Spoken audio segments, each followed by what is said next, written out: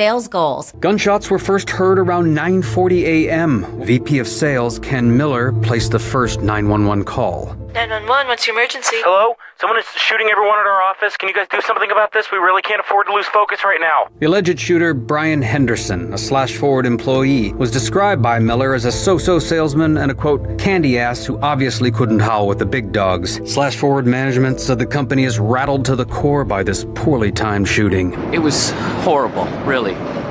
But hashtag pray for Slash Forward is trending, and we are getting tons of media exposure, so I think we're going to survive. Donations for the families of victims are pouring into the company website, as are applications for the 18 job openings listed immediately after the shooting. This is the Onion News Network. Our Matrix server is about as free as internet chat can be. Join the existing rooms or create your own at chat.freetalklive.com.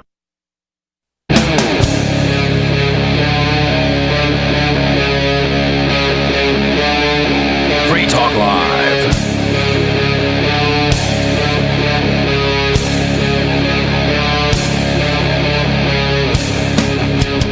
It's Free Talk Live, talk radio that you control, and 603-283-6160. That's 603-283-6160. That's the phone number for you to call to bring up whatever is on your mind. That number is 603-283-6160, and it's Free Talk Live, so you can bring up whatever's on your mind. And right now I need to log into that in order to do it. I think I might be able to just answer this call. So with you on Free Talk Live tonight, you've got me, Bonnie. And the most professional radio co-host, Richie Rich. Hey. Anyways. That wasn't a shot at you. That was a shot at the three knuckleheads on last night. Oh, that's mean. Why were they weren't being professional? No, they said that the Free Talk Live doesn't have any professional hosts. Oh, well, that's definitely what Penguin was saying, and I thought that was almost kind of mean, and I did think of you, literally. Appreciate that. Like, Colin asked me who's on the show tonight, and I said Richie Rich, and he's like, oh, is that going to be okay, just you two? And I was like, yeah, Richie Rich is like the easiest person to do the show with if I had to be alone with someone. The most professional. So, we do have a caller on the line. Let's just go right to the unscreened callers. Unscreened caller, you're on Free Talk Live. What's on your mind? Hey, it's Ridley. Hey, Ridley. What's on your mind, Dave Ridley? So, have you guys heard about this? There's an article in the Union Leader. Apparently, a lady is suing. She's suing the Kearsarge School Board because they refused to let her continue. I guess they silenced her and threatened to call police on her based on her comments. I guess must have been during public comment. I saw the headline. Is this this isn't the state rep that was silenced, is it? I don't know if she's a state rep or not. Her name is Beth. It looks like Scar or Scare. No, she's not a state rep. I'm not sure exactly how she pronounced it. Middle-aged lady. Well, she looks middle-aged to me, but since I'm getting old, I guess maybe I should say old. But I guess she filed it looks like a federal lawsuit. She said there's a claim that she was, quote, silenced and threatened with police intervention, unquote, after referring to a transgender athlete on a girls' soccer team as a tall boy, unquote. Well, what's wrong with that?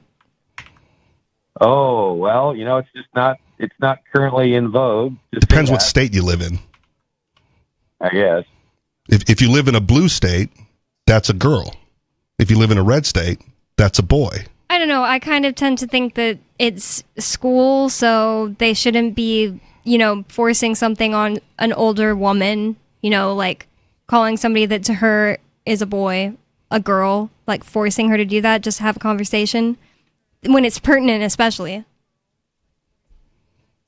Yep. I bet the kid wasn't in the school. I'm sorry, go ahead. I bet the kid wasn't in the room at this. At the hearing? No, it's a. Why would they be? It's one of those there. Town hall hearings. Because a lot of times people like to claim, oh, that's bullying or something, but that can't be bullying. Yeah. I guess it's attorneys from this thing called the Institute for Free Speech, which I have not heard of, but that it exists, I guess. And I just have this first part of the article here. I had to take a screenshot of it. I couldn't make a normal copy of it, so I don't know all the other details. And this happened where? Well, they call it, quote, New London-based Kearsarge School Board meeting. So it's New London, New Hampshire, but okay. Yeah, I don't know why it's called Kearsarge School. I've been hearing so much about it because they had a trans, like, boy to girl kid playing in the soccer teams, maybe it was, so they keep getting in the news and stuff like that. Beth also is the one who the town of Nashua allowed there to be this thing where any resident of Nashua could choose the next flag that went up. It was like every month there'd be a flag. Okay. And they had like their Nashua maybe or their New Hampshire flag, but they were letting people put up flags, and somebody put up like the pride flag. Like, so that was like an example of something that went up. But she put the Pine Tree Riot flag. Okay. Or requested it or whatever. And they denied it and gave her the reasoning that it was like divisive or something like that. So people went out there, including me and Zephin, who's also on the show. Okay. It hasn't been in a while. And we flew Pine Tree Riot flags and got the attention of, oh man, I forget what they're called. A free speech advocacy group. And I'm pretty sure Beth won her case. I just don't remember now if she won. But either way. I am generally a trans ally on most things, excluding sports. Mm-hmm. Like, you know, there's, in my opinion, women's sports exists primarily because women can't compete at the same level as men in most sports. Yeah, I just don't care about sports so hard that I literally didn't care at all. But one thing about it is that women started getting actually injured. Like, there's a girl that was actually like harmed, like beyond repair, like paralyzed. Yeah, but that happens to guys in guy sports. Yeah, right? Like, but that's, you know, that doesn't injuries normally happen to girls in volleyball because someone spiked a volleyball. Yeah, okay, that's fair. But but you could have a strong girl, right? Like, especially at lower levels, right? For a long time, my niece was a giant compared to her peers, and she played volleyball, and she had to play like in the age group that she was in, and she was literally like a foot taller and probably 50 pounds heavier than everybody else on the court, and just dominated, you know, at the time. So, and female, right? Yeah, Not but did trans she at all. injure anybody? I don't know. Well, I don't know. I would love to know, like, how often that happens. But she was strong enough where at that age group, she could have injured people as a female, you know, attacking other females just because of the size differential at the time. You know, obviously, you know, hormones and age caught up, and she's no longer the giant. I mean, if she compared to her played and peers. she didn't injure people, I don't know if I just want to accept that as truth, you know? Okay. That I'm she just saying that you could can have injure size someone. differentials Yeah, but in sports and still be the same gender. It's not about height or something. It's about your body is capable of firing the ball harder and faster. Yes, and what than I'm saying at age a 12 girl. and age 10 or whatever, age 10 to 12, she was more capable than the other 10 to 12-year-olds because Maybe. of her physicals. No, I guarantee it. I promise you. But you're not saying that you remember she actually paralyzed someone. She so didn't. I know she didn't paralyze anybody. That's why I just don't know if that's really like oh, well, you can't use that one, you know? Well, what I'm saying is it had nothing to do with gender, right? She was just bigger, and so if you're just bigger and stronger, then the potential exists whether or not it actually comes to fruition, right? Like there was oh man, like it was some lacrosse thing or someone got hit with like a lacrosse ball in the back of the head and died at age 16 or whatever. And I forget if it was a male or female, right? But the you know, injuries happen in sports, and that's part of the deal. So I don't think that if my daughter got paralyzed from a boy spiking a thing, I would just agree like, oh, it could have happened exactly the same if Cindy hit her with a spike. I just don't think I'd agree. Yeah, but if Cindy was bigger and stronger than all the other females, then there might actually be a problem there too. Like my sister's boyfriend, he's so tall. He's like, I guess he's Blackfoot native. Maybe that's why he's tall. Maybe he's not that, but he's super tall. And he said that when he was in middle school, they didn't let him play on the football team because he was too much bigger than the other kids, the other boys. not the other, So if a boy hurt another boy because he was just that much taller in that school, they probably would have been able to do something about it, Maybe. But if they're playing another school, you'd want that kid on your team. Yeah, but not if he was actually literally injuring people. Again, there's, if people are equal, they're not free, and if they're free, they're not equal. You can't discriminate just based on size and strength. No, you absolutely can. That's my whole point. You should be able to discriminate based on this person is dangerously large. Like my sister's boyfriend, it's not like he's like, oh, I am just like torn up to this day about it.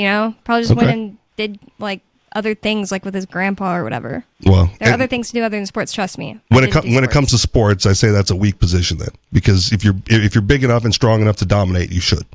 But there's a difference between just like doing well and harming people. Well, it depends if it's a contact sport, man. Like doing well in football is harming people. Like you hit people pretty darn hard, right? Yeah, but there's an amount of harm that's and like hockey. You basically sign up for that, and there's an amount of harm that's like being paralyzed. That doesn't happen common enough that people are like, that just happens during football. Everybody gets paralyzed during football. Everyone doesn't get paralyzed, but people do get paralyzed playing football. That is not an uncommon thing. I don't know that it's common enough that it's exactly the same if a 6-foot-tall boy hits you and you get paralyzed. It's just like, that happened last week. Cindy did that to Jennifer.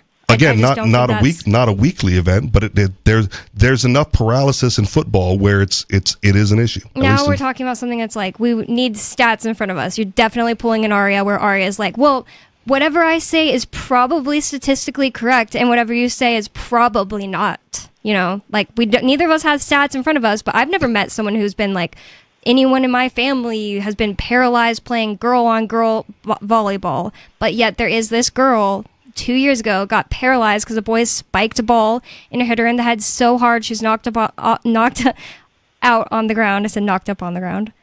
Knocked out on the ground, and now she's paralyzed for life. Right. And it's just like, I don't think that would have happened if that boy wasn't playing volleyball with girls.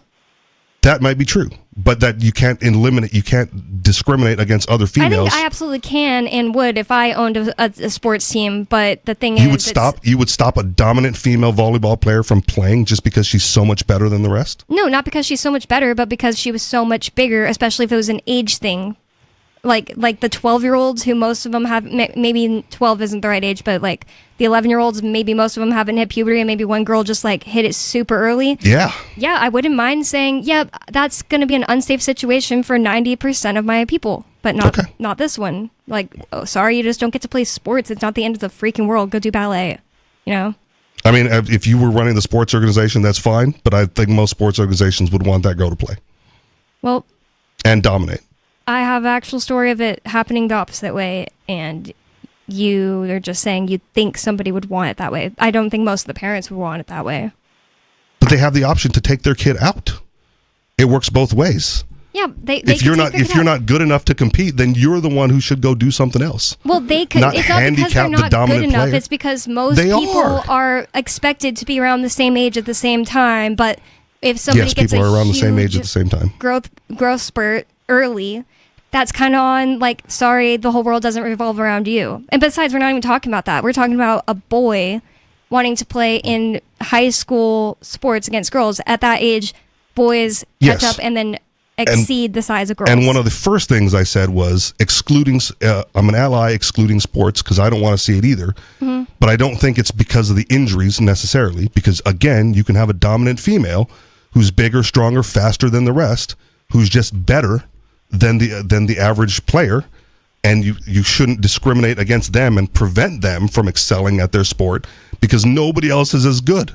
You're handicapping the best people. Even remotely like happens often. The thing I was talking about was like somebody who hit puberty or just a growth spurt way before everybody else. But as far as like high school, well, if you want an example, then Caster Semenya, right, the track star, she's like born female, all female.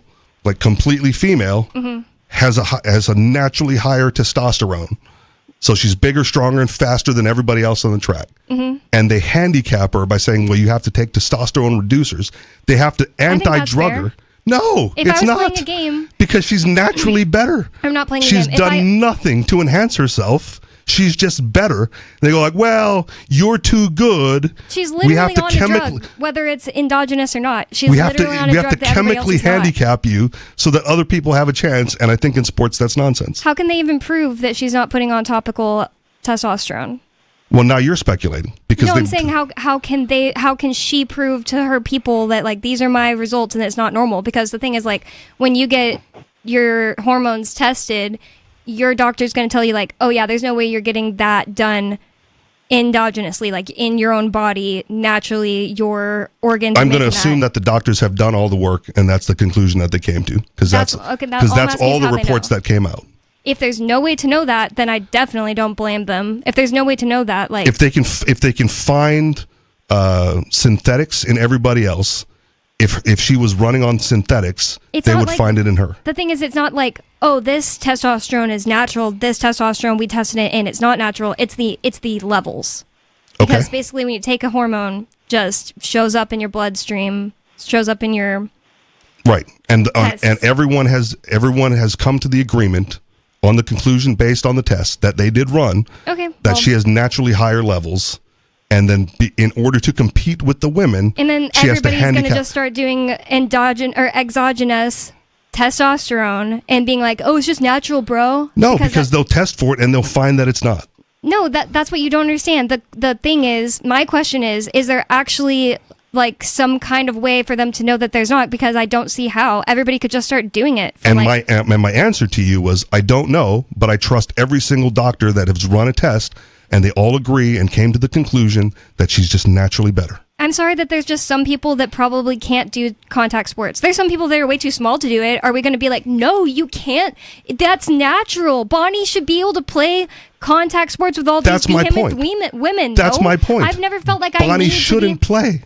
No, it's not your point. Your point is that if something's natural in somebody, then they should just be allowed to play with everybody else, even if it puts everybody else at an advantage. At a disadvantage. Yes, because it's natural. Yeah, and if you're totally naturally natural weaker, for me to be like, I was like 85 pounds in high school. Yes. So I should just be like, well, since it's natural, I play anyway. Like, you can try out and you will lose because you don't have it in you to win. But I'm just saying it's and the what opposite. we shouldn't do. We shouldn't be artificially making it to where normal people can't, on average, play. No, average people don't play. Sports are for the elite athlete. If you're 85 pounds, you don't get to play. You're the one who goes to take ballet. That's so out of range that they had to. No, you go to tryouts. Her. Yes. But you go to tryouts and you don't get picked because you're not good enough. No, they should also be allowed to not pick somebody because they're too quote unquote good. They should be. You're right, but it's dumb because that's not how sports works. So all you're arguing about right now is like whether or not it's dumb, but I'm talking about like should it be allowed? Like, and I'm saying it should yes, absolutely be allowed for people to be discriminated against. And you're just saying, well, that's dumb. Yes. All right. Then. Because when it comes to sports, you want the best. And what we shouldn't do is handicap the best because the average person isn't good enough to compete with them. The thing about it is, if it came to a point of being either completely unfair or endangering it is completely the other people, unfair. Endangering the other people, like in an irrational amount of way. Like everybody understands there's like a risk at playing a sport, let's say like football. Well, some people are like, I will never let my kid play football because everybody knows there's a risk. But if this takes it way out of bounds from even that, then the people who are running this thing have kind of in my opinion, a responsibility to keep somebody out who's going to legitimately like squish all the other people. And again, we're going to disagree because I don't think. But your thing is just saying that's stupid, not saying that it's like right or wrong or anything. Because you're taking the best person out because they're so much better than the rest. Yeah, but you're just saying the best. Just because somebody's big doesn't necessarily mean they're the best. Well, then let them play. Have you ever tried to move a couch to somebody who's just like a stupid? If they're not the best, let them play. If they're not the best, let them play regardless of their size. Walls, like I'm strong. I can move a couch. Running into the walls, breaking holes in the walls. Like they're probably not necessarily the best just because they're bigger, but they could harm somebody more easily. And if they're not good enough to play, then that's fine. But I'm saying that there's an advantage to being bigger, stronger, and faster than your peers, and you shouldn't be handicapped because of that, especially in sports. I just think, like, you're calling it be handicapped, and I'm saying it's a handicap. Just not be allowed to play. And it's just like, oh, well, like, sorry, you can't play. There's probably kids that have, like, not expelled, but like failed like 3 grades. Yes. They're not smart enough. You don't put them in charge. Okay, you don't have to be smart to play football. Yeah. You don't have to be smart to play absolutely any sport, basically. Right. And so you should still let them play football. Oh, yeah. Pretty sure that most 20-year-olds are just going to be like way too big for, like the average like football players. But are you talking about like an elementary school league? No, some of them are still in school. Okay, then let them play. I don't think they should be allowed to play. If they're bigger, stronger, faster than everybody else, that's an advantage, and you don't handicap advantages. I think that like people Natural who are advantages. in high school are too young and dumb, and they think that like football, I'm gonna be in the NFL one day, and they're Yes. taking this risk that could literally for the rest of their lives kill them, or not kill. Well, it could kill them, but Yeah. for the rest of their lives harm them. It could. And it's irresponsible for the adults in the room to be like, we want our school team to win. Oh my god, you're making me flash back to like Texas, like the worst. Yeah, Texas is good, but my high school for a long time was like number 2 in the nation for football. And I was the water boy because I wasn't good enough or big enough or strong enough or fast enough to play. That's fine. And that's what I'm in but agreement we were with the giants. 2 small people not being allowed to play. We were giants compared to like the other high schools because we recruited Samoans. That makes sense. It does make sense. But if you're going like, well, the Asian school can't compete with the Samoans, right? So the Samoans aren't allowed to play, so the Asians can play football. Again, I don't think you handicap the better in order to make the weak feel better about themselves. Was that That's like actually Harrison true? Were Bergeron. other people you played against actually like way smaller than your school? Yes. Well, I think they should be allowed to agree that they wouldn't play against them. They didn't have to. They could absolutely forfeit. That's what I'm saying. But they don't They should be allowed to. But they don't get to say that we can't play because we're so much bigger, stronger, faster. That's a whole different team. That's like a whole different scenario. Who do you think you're going to play Somebody against? else's team. There's probably more than just one team of Samoans to play against. Yeah, there was. We've challenged them in the championship, and it was a much closer game. Another team of Samoans? Yeah.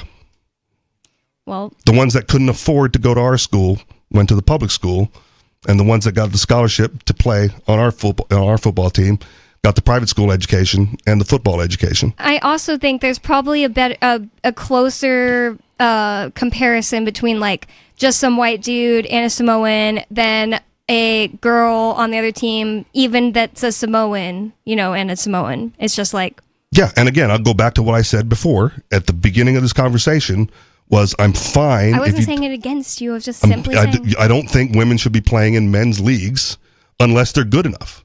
And the fact is that most women aren't good enough to compete in the men's leagues, and so we've established women's leagues for them. I just think it's like whenever the volleyball thing, or not volleyball, the boxing thing happened at the Olympics last year, where that person was possibly trans, and I've never even had that confirmed. She wasn't trans. She was intersex. That's what I'm saying. There's a I've difference. Never had it confirmed, whatever. But when that conversation was going on, so a person that you're saying apparently was intersex was fighting in boxing, I think it was, against a woman and won, and everybody was saying she won the gold. That a man beat up a woman and all that stuff. I don't remember the names. I don't remember the countries. I was just like, why do people care about this at all? Like, because there are I don't remember her name, but it was Algeria. Algeria, yeah, you're right. And I don't remember that other country, honestly. But all I was saying back then was like, why do people even care about this when this is something like because they wanted to make it a trans league. You're signing up as an adult to get beat up and beat someone else up. You're a woman. You guys just shouldn't be doing this. It's so stupid. And she won the gold, but she didn't have a perfect record outside of it. And she had been beaten. I just think it's a little different when it's like kids in schools and it's like it's what people do in high school at that time. What do you think? Should trans kids be allowed in schools? I mean, in sports? This hour of Free Talk Live is brought to you by Dash Digital Cash. Dash is the cryptocurrency designed to be used for spending. Rising fees have made Bitcoin useless for purchases, but Dash continues to have fees less than 1 cent per transaction, and its features ensure Dash is undefeated as the most useful cryptocurrency in the marketplace. From a technical standpoint, Dash transactions are irreversible, and its network is protected from 51% attacks by their Chainlocks technology. There's no need to wait for a confirmation before considering a Dash transaction complete, so it's great for merchants. Dash is one of the oldest cryptocurrencies and is widely available on exchanges, including the decentralized Maya protocol, and in multi-crypto wallets. It's easy to get and use Dash. Start by learning more at dash.org. Big thanks to the Dash DAO for sending us 32 Dash per month to promote Dash on the air. Visit dash.org to learn about Dash. Dash.org. From Feature Story News in Washington, I'm Tony Waterman. The U.S. Justice Department has dismissed investigations into several police departments and ended reform agreements it put in place following the killings of George Floyd and Breonna Taylor. The Assistant Attorney General called the inquiries and reforms part of a, quote, anti-police agenda. FSN's Nick Harper reports from Washington. The proposed agreements would have provided federal oversight of police departments in Minneapolis and Louisville. Those were the cities where George Floyd and Breonna Taylor were killed by police, both of them black and unarmed at the time of their death. The Justice Department is also ending investigations into violence against black people in other cities. The department has called them overboard decrees that would have taken away power from communities and instead given it to unelected, unaccountable bureaucrats. I'm Nick Harper in Washington. A federal judge has ordered the Trump administration to maintain custody of a group of migrants it allegedly flew to South Sudan, a country the U.S. advises people not to travel to. Judge Brian Murphy stopped short of ordering the plane be turned around, but said the government had to maintain custody of the migrants while the court decides whether their removal was lawful. Last month, he blocked the White House from deporting migrants without 15 days' notice and due process. Attorneys for the alleged migrants, some from Vietnam and Burma, said at least a dozen were taken to South Sudan this week, and that some didn't have an opportunity to contest their deportation. During a hastily convened hearing on Tuesday night, Trump lawyers said they could not disclose where the migrants were or where they were landing. U.S. retailer Target has posted weaker than expected first quarter results, blaming economic conditions as well as changes to its diversity, equity, and inclusion policies. FSN's Mitch McCann reports. Sales fell nearly 3% year-on-year. Transactions in-store and on its website fell by 2.4%, and the average spend of its customers during online and in-store visits also fell by 1.4%, so a slate of bad news for Target. Target has identified a number of reasons for the large slump, including declining consumer confidence, uncertainty about the impact of tariffs, and a customer revolt earlier in the year. That was because Target announced it was scaling back its DEI efforts, leading to a very expensive boycott from customers. In attempts to win back those customers, Target says it's introducing thousands of low-cost retail items and setting up a new office division to accelerate customer growth. Target's stock price fell around 6%. Mitch McCann, New York. From bureaus worldwide, this is FSN. You can stick it to the man and big tech. Join our FTL social mastodon at social.freetalklive.com.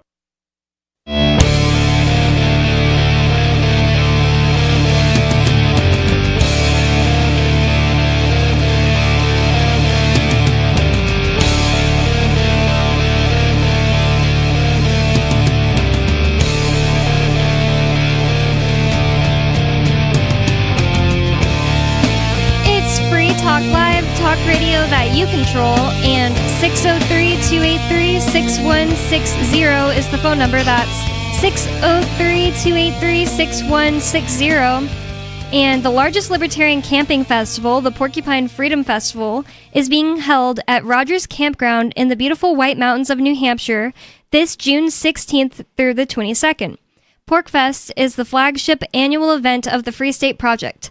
This year will feature speakers like Jacob Hornberger of the Future of Freedom Foundation, who's going to discuss Ian Freeman's case, Bob Murphy, Joel Salatin, and our own Jay Noon.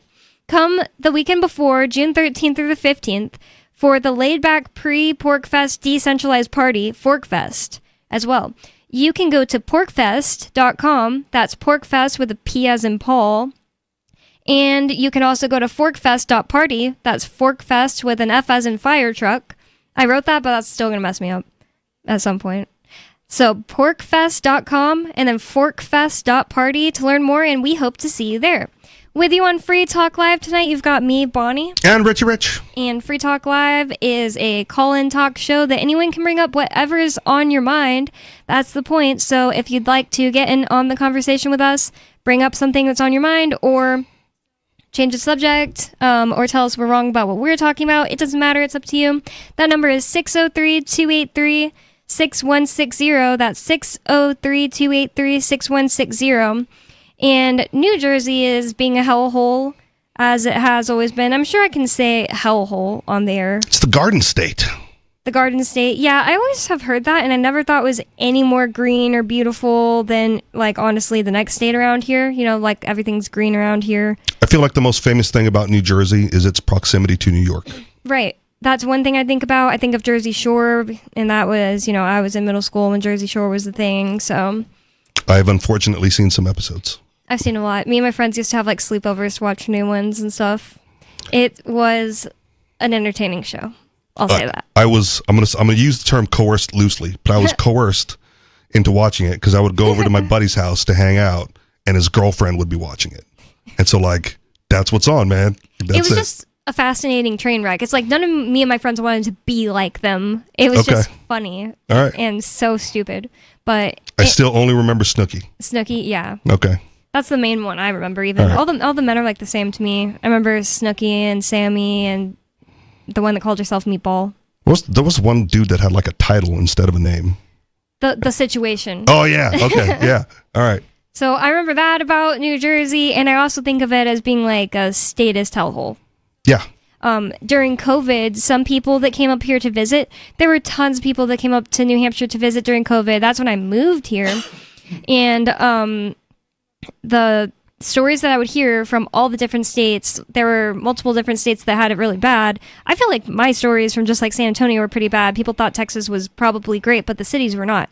But one of the worst ones was New Jersey. People were getting their kids taken away for not masking their kids and stuff like that. Wasn't the New Jersey where the gym owner like protested against it? Ian Smith. Okay. Yep, for his Attilas gym. All right, good He memory. went and opened his gym up when the state had closed it. We do have a caller in line, so we'll get into why New Jersey is statist and a hellhole and horrible whenever after we talk to this caller, unless he wants to talk about how New Jersey is a hellhole. Caller, you're on Free Talk Live. What's on your mind? Jersey Shore is the greatest show of all time. What? No, it's not. Yes, it is. And Snooki and Sammy Sweetheart makes my PV hard, and so did the other one. I forget what her name was. Jen. The Situation? Deanna. The one that called herself Meatball. She was Deanna or Dina or something. I think there was another one. Really? Angelina? Angelina was prettier than Deanna. No, it's the one that lived with Snooki. Oh, JWoww. Yeah. You know way too much names. I'm telling you, I actually watched the show. I believe you. Yeah, it was a good show for the chicks. No, I don't think anybody seriously thought that. Like, I don't think anybody was like, yeah, they're so hot. You think dudes were watching for other dudes? Or you don't think dudes were watching the show? I feel like mostly women were watching. Maybe some dudes were being coerced like you. And maybe there were some dudes like her that thought they were hot. I don't know. I think JWoww was actually like a pretty person. And I actually think Snooki is pretty today. She wasn't back then. And they were just disgusting. Like, you probably ground zero for new diseases. Well, she had big boobs, but I was going to say though that Sammy was probably the hottest one out of all of them. Sammy Sweetheart, you know what I'm talking about? Yeah, she was the one that went away first, right? I don't know.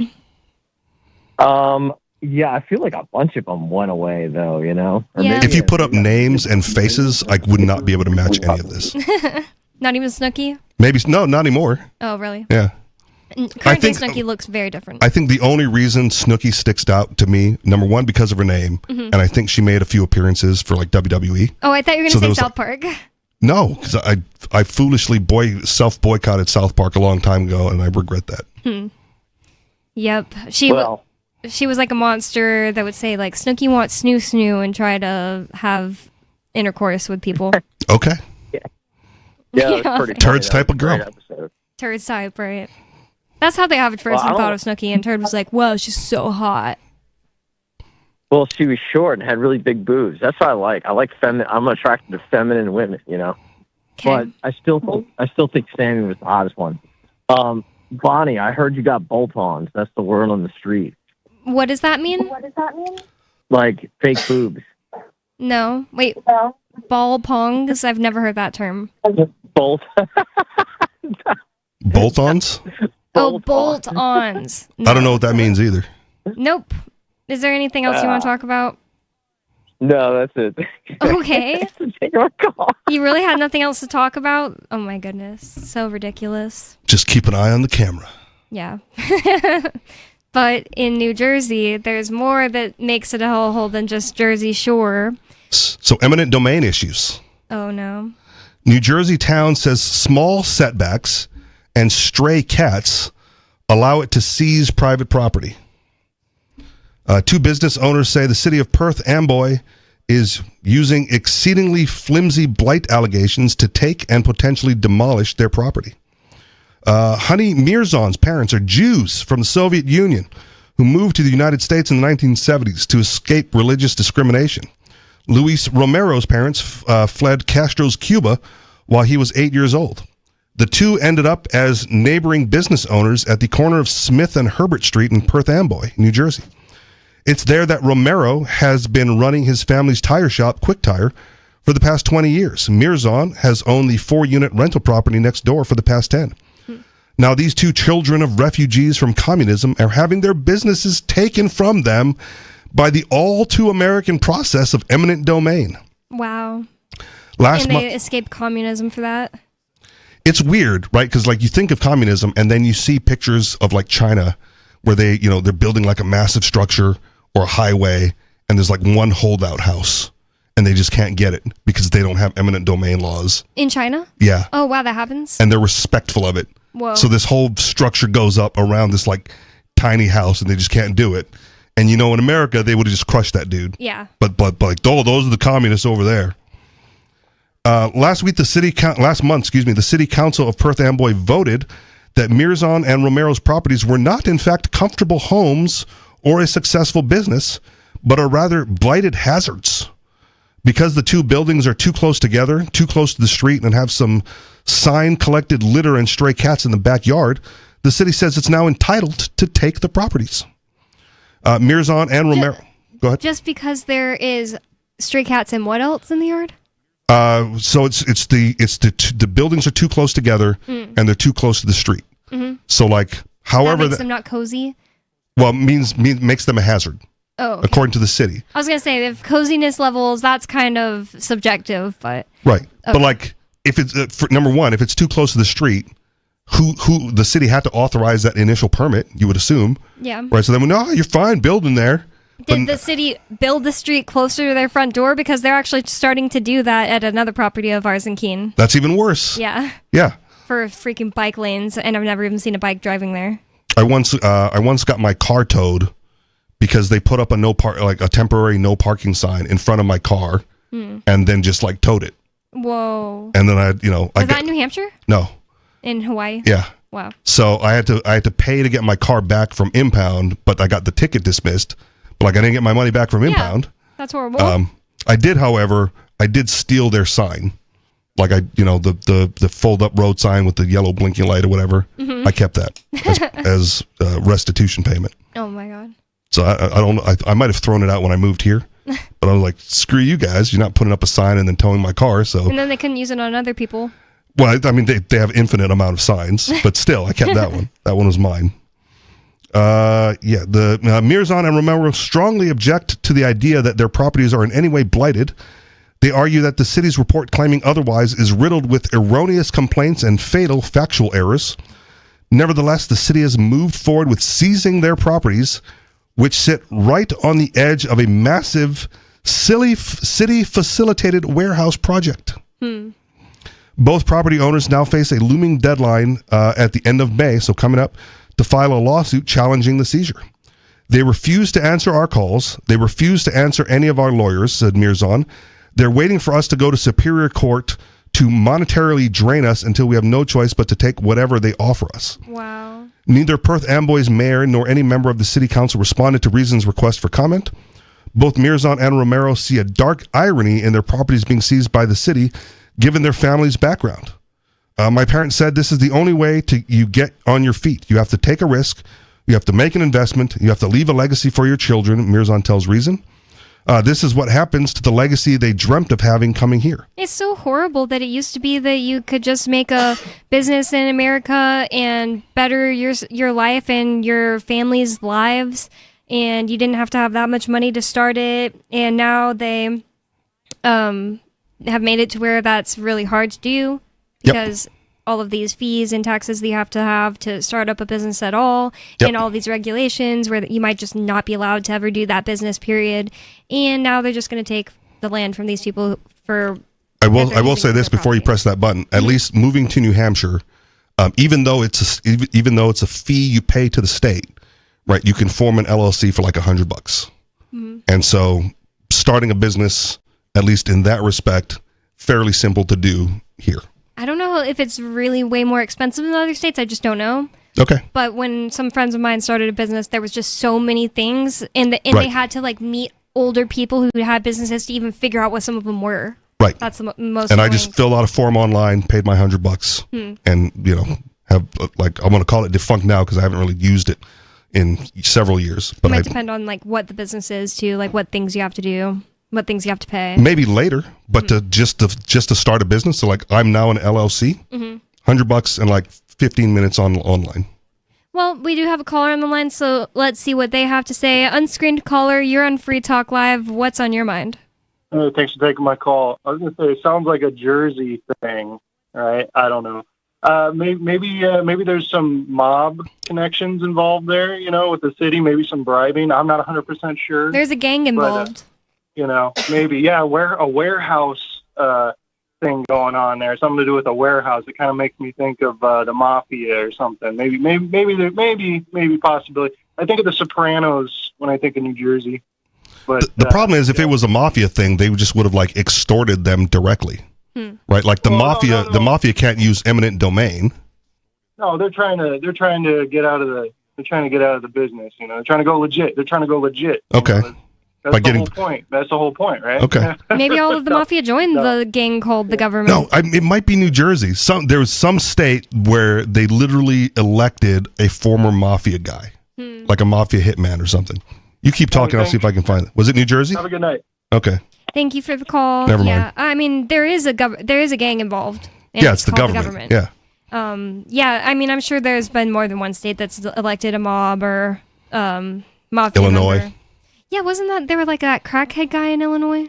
I don't remember exactly, but what's the governor? Rod Blagojevich or whatever. I think that's the one that was accused of having mafia or mob connections. Yeah, the whole idea behind eminent domain is just insane because they have their little justifications and they get to decide if those justifications are justified, and then they just get to take your stuff.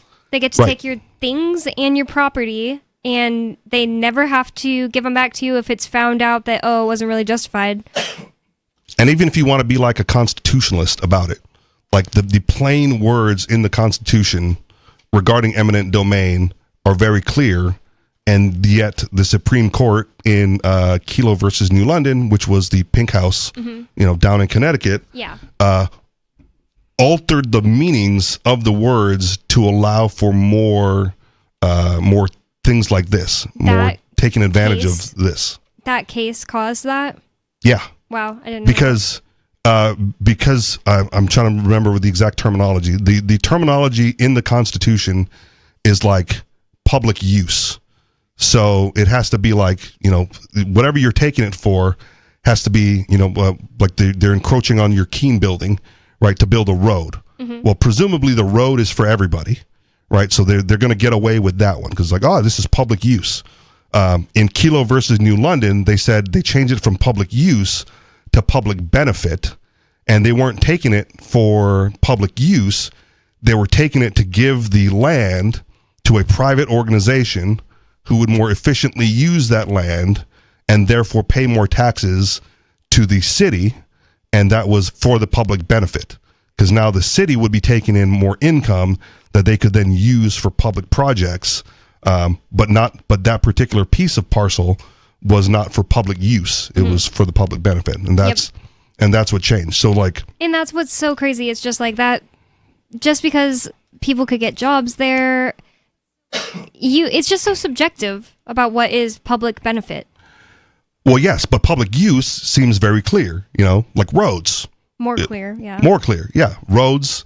If they were putting up like a city building or something, like a town hall, I'm not agreeing with it, but I could understand the justification based on like the public use theory. Like fine, you're going to extend the sidewalk onto the property as for sidewalks for public use. But if you're going to take the property, everybody gets to use it. But and everyone gets to use Pfizer, I think it was moving into that's the one that was public benefit. Yeah, it's like because they were giving it to a private organization, Pfizer, just to get more taxes. Most people could say, "Yeah, I don't benefit from this," just because Pfizer's in the same town as me. Well, that's the long justification. So Pfizer, you don't benefit directly because you're not going to be able to walk into Pfizer's building, right, unattended or like you would on a sidewalk or on the road. Yep. But again, the town would collect more tax revenue, and that was public benefit. That's just insane. And it's just like just because Keene, New Hampshire collects more taxes I don't think it necessarily has to directly affect and help me. I don't think it does. That means, is Keene going to cut down on my property taxes because they made more money with X, Y, or Z deal they did? Probably not. Probably not. That would be the only way I could really see why or how they could prove that, yeah, you definitely are benefiting from this, as if they cut my property taxes directly. Right. Well, and as a libertarian / anarchist, whatever label you want to use, right, anytime you're giving the state more money is not a good thing. Yeah. Actually, yeah. I could probably prove that it benefits me less if they start going after you for parking ticket, blah, blah, blah. Right. If the state has more income to use, not for you, then they're obviously going to use it against you to rip you off more. And that's why in some form or fashion. Democrats absolutely love that type of language. They can get people on their side by using that language because it's like the public good, the greater good is what they always love to say. Like there's actually signs in New Hampshire, I don't know if it's a national thing, but I've seen it in New Hampshire, that Democrats will put in their yard that say Democrats for the greater good. Yep. At the expense of the individual. Yep. Yep. Just absolutely brainwashing propaganda. We do have a caller on the line, so I'm going to go to the calls and see what you have on your mind. Unscreened caller, you're on Free Talk Live. What's on your mind? Why is this unscreened? I called from my home phone. This is Gigi. Oh, I just didn't go to the screening page right now. Okay. That's all. Hi, no, Gigi.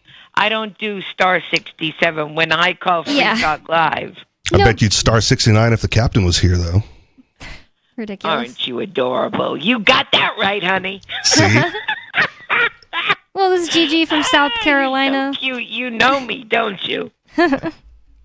Wherever the captain is in his RV wandering about the countryside, I wish him a safe journey, and I miss his contributions very much. I adored him. Gallivanting, as he liked to say. Well, would you say he was very professional, Gigi? I beg your pardon? Would you say the captain was very professional as a host of Free Talk Live? He had a wicked sense of humor. All right. But he was very bright. I loved his I loved that he had a great sense of humor. He was into current events like me, and I learned a lot from him on economics and business like I do with you, because I don't have a background in that, and I like to listen and learn from people. Can't know everything in life. Unless you're Donald Trump. At Social Sunday, I was talking to people at the table, and we were all saying, like, yes, there were tons of people that Captain was their favorite show to watch and everything, and I don't know why Penguins seems to think he was, quote, unprofessional. I don't know. I don't share that opinion. Right. I don't share that opinion at all. I think that Penguin just compares everyone to Ian and Mark, and that's all. You know, like, there are people who, like, nothing will ever get better than their favorite X, Y, or Z thing, and it's, like, nostalgic to them. Yes. And I think that's what it is for Penguin. I'm there, too, right? Like, Mark and Ian, or Ian and Mark are 1 and 2. You know that. Yeah. You're always a gentleman. You have a wonderful open and inclusive mind, except when it comes to the death penalty. What? I said you have a wonderful, open, and progressive mind. Okay. Except you once made a comment about the death penalty, okay. which I disagreed with you, but you are entitled to your opinion. Okay. Do you want, I mean, if you want to talk about it, I'm more than happy to rediscuss it. I'm not sure. No, sir, that's not why I called. All right. We can respectfully disagree. In any event, isn't it wonderful that 7 of the justices, including the Supreme Court justice, voted commenting specifically on what I said when I called last week regarding the lack of due process and the critical importance of habeas corpus pertaining to this administration's reinstating the 1789 Alien and Sedition Act. Deport, deport, deport, guilty prior to any type of time in court to plead your case and hear what a charge or charges are levied against you. Yeah. I am a happy woman today. So I did read an article on this, and one of the positions raised or concerns raised was that when in making their decision, like I think you're right, they got the decision right, but they left some things like ambiguous. So they said like, oh, I agree with you. Yes, but I think there was a reason as to why. Okay, go on. And again, it's just my opinion. I could be wrong, both technically as well as legally. I feel that the ambiguous... Wait, am I saying it right? Ambiguity. Yes, sir. Thank you. The ambiguity was purposely left blank in terms of broad general because they took it on an emergency appeal, but many of the justices made comments in the oral arguments. This should have gone through the proper appellate channels. Okay. So you think they'll revisit it then? Because what you don't want from the Supreme Court is ambiguity. Like it's got to be cut and dry when they make their decisions. So you know. I think it'll go back down to the lower courts. I could be wrong, and you could be correct. I just don't like ambiguity when it comes from the Supreme Court. Right? Yeah, we will see what unfolds. Okay. So did we find out why? Oh, well, we can talk about it in the next segment. Thank you for the call, Gigi, and I really appreciate her bringing that subject up. I didn't have it in show prep, and definitely needs to be talked about. Trump was at least toying with the idea of suspending habeas corpus, and I could see him saying, oh, it's an invasion. So let's talk about it. 603-283-6160. You can call in with whatever's on your mind. It's Free Talk Live. More Free Talk Live coming up. Don't go anywhere. 603-283-6160. On Free Talk Live, we're bringing people to the ideas of liberty every day. From wrestling superstars like Glenn Jacobs. You guys really are having an impact, I believe. Like I said, a lot of where I am now is due to listening to Free Talk Live. You changed my mind on some very important issues years ago. To random people tuning in on the radio. I was kind of stuck in the left-right paradigm. I heard your show by chance on a Saturday night. From there, I went on, joined the Free State Project, and become an amplifier. So, I mean, that's really the reason why I amp is because I know that if it wasn't for you guys being on as many stations as you are, I never would have found the ideas of liberty. You can help more people hear the message of liberty by joining Free Talk Live's AMPS program on Patreon for as little as $5 a month. And you'll get access to special perks. Visit amps.freetalklive.com, amps.freetalklive.com. The new 4th edition of Healing Our World, The Compassion of Libertarianism, will take your understanding of liberty to a deeper level and has over 1,300 updated references, new cartoons, and a foreword by Dr. Ron Paul. With discounts for multiple book purchases, the 4th edition of Healing Our World is a great gift for the liberals, pragmatists, environmentalists, and Christians in your life who think libertarianism is cold-hearted. Get yours today at healing.freetalklive.com and use promo code FTL for a $5 discount. There are lots of ways to listen to Free Talk Live. Our podcast has been around since podcasts began, and now the FTL feed is loaded with content besides our full show archives. Did you know that we make it easy for you to customize your podcast subscriptions? We have different feeds, one that includes only our full shows, one with just the Daily Digest, and our main feed that includes everything. You decide what you listen to. It's quick and easy to customize your feeds at feeds.freetalklive.com. That's feeds.freetalklive.com. The latest episode of Free Talk Live continues with Hour 2 up next after the news here at listen.freetalklive.com. From Feature Story News in Washington, I'm Tony Waterman. The U.S. Justice Department has dismissed investigations into several police departments and ended reform agreements it put in place following the killings of George Floyd and Breonna Taylor. The Assistant Attorney General called the inquiries and reforms part of a, quote, anti-police agenda. FSN's Nick Harper reports from Washington. The proposed agreements would have provided federal oversight of police departments in Minneapolis and Louisville. Those were the cities where George Floyd and Breonna Taylor were killed by police, both of them black and unarmed at the time of their death. The Justice Department is also ending investigations into violence against black people in other cities. The department has called them overboard decrees that would have taken away power from communities and instead given it to unelected, unaccountable bureaucrats. A federal judge has ordered the Trump administration to maintain custody of a group of migrants it allegedly flew to South Sudan, a country the U.S. advises people not to travel to. Judge Brian Murphy stopped short of ordering the plane be turned around, but said the government had to maintain custody of the migrants while the court decides whether their removal was lawful.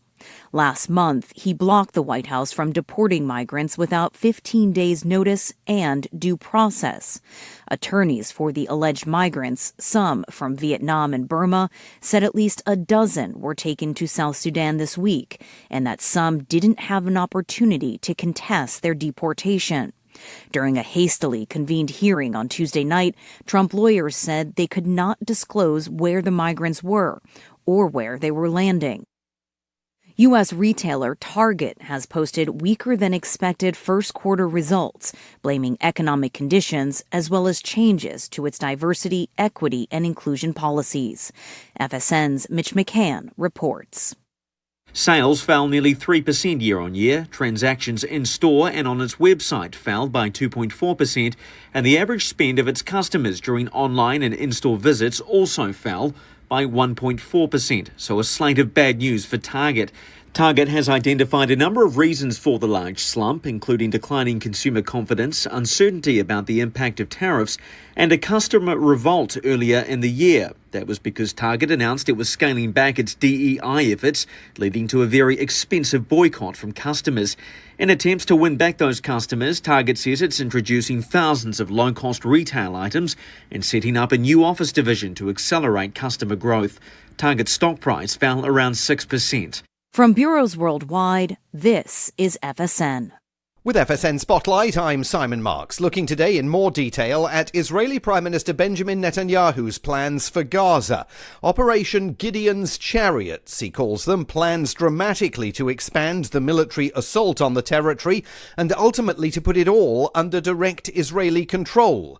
He's warned civilians facing a growing humanitarian risk to leave the north of Gaza again, where he says the military action is imminent, an effort, he says, to achieve complete victory over Hamas and the release of its remaining hostages.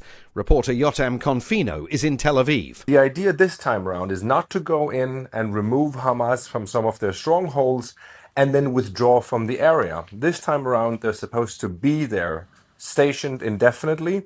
Nearly 70% of Israelis are opposed to this. First of all, they don't want an annexation or an occupation of Gaza. That's a minority view in Israel. But 70% of Israelis want there to be a ceasefire so they can get the hostages out alive, at least those who are still believed to be alive, some 20 or 21 maybe, out of the 58. So it's quite unpopular. The Israeli leader's plan is also running into opposition from the White House, with the Trump administration's special envoy privately telling hostage families that Netanyahu is now trying to prolong the war without any long-term plan. And a recap of today's headlines. The U.S. Justice Department has dismissed investigations into several police departments and ended reform agreements put in place following the killing of George Floyd. A federal judge has ordered the Trump administration to maintain custody of a group of migrants it allegedly flew to South Sudan. Target has posted weaker than expected earnings, blaming economic conditions and changes to its diversity, equity, and inclusion policies. That's Feature Story News. Tony Waterman reporting.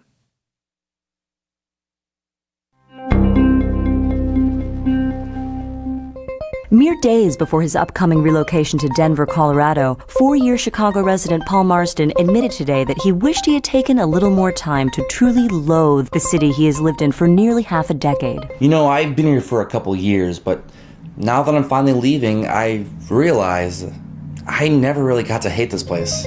Marsden confirmed that in the time he's lived in the city, he never quite managed to explore his own shitty neighborhood, adding that he regrets never getting to know the stuck-up workers at the cafe down the block, never visiting the overpriced bodega on his corner, and never becoming violently ill from the food at the crappy Mexican place across the street from him. You know, I lived right next to that bar for 4 years, and I just wish I took more time to abhor the disgusting smell that hits you every time you walk by. I'd always heard this place blows. Guess it's a shame I never got to hate it like I should. For more on this story, check this week's Onion Review. This is the Onion News Network. Don't miss a moment of Free Talk Live. Get our archives daily via our podcast at feeds.freetalklive.com.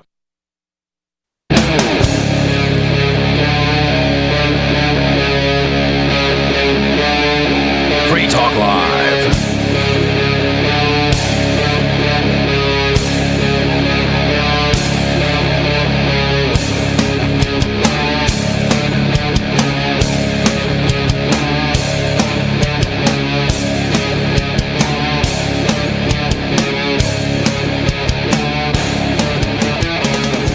Free Talk Live, talk radio that you control, and 603-283-6160 is the phone number. That's 603-283-6160, and Free Talk Live is brought to you by LibertyMinded.com. Official Free Talk Live gear like t-shirts and hoodies are available at LibertyMinded.com. Plus, you'll find a unique collection of cool and funny liberty-oriented clothing at LibertyMinded.com. That's LibertyMinded.com. And with you on Free Talk Live tonight, you've got me, Bonnie. And Richie Rich. And we really didn't spend enough time on the fact that this town in New Jersey is taking property from people for such silly reasons, because they can basically make up anything because they've made the parameter so large and vague.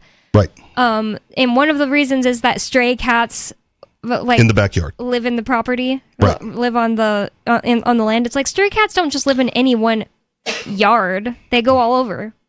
Yeah. They probably like sat around for hours, like, "Oh, what can we get on these people?" And a cat goes by, and they're like, "Yo, there's something, stray cat in the yard." Right. I mean, stray cats walk through my yard all the time, but I don't have one. And the other two, right? There was like there's three main things. The stray cats was one of them. The other one was too close together and too close to like the edge of the property, right, to the road. Yeah.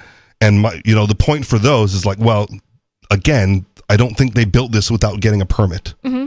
Right. So someone from the city went like, yeah, no problem. Yep. Check. At some you point. can do it at some point.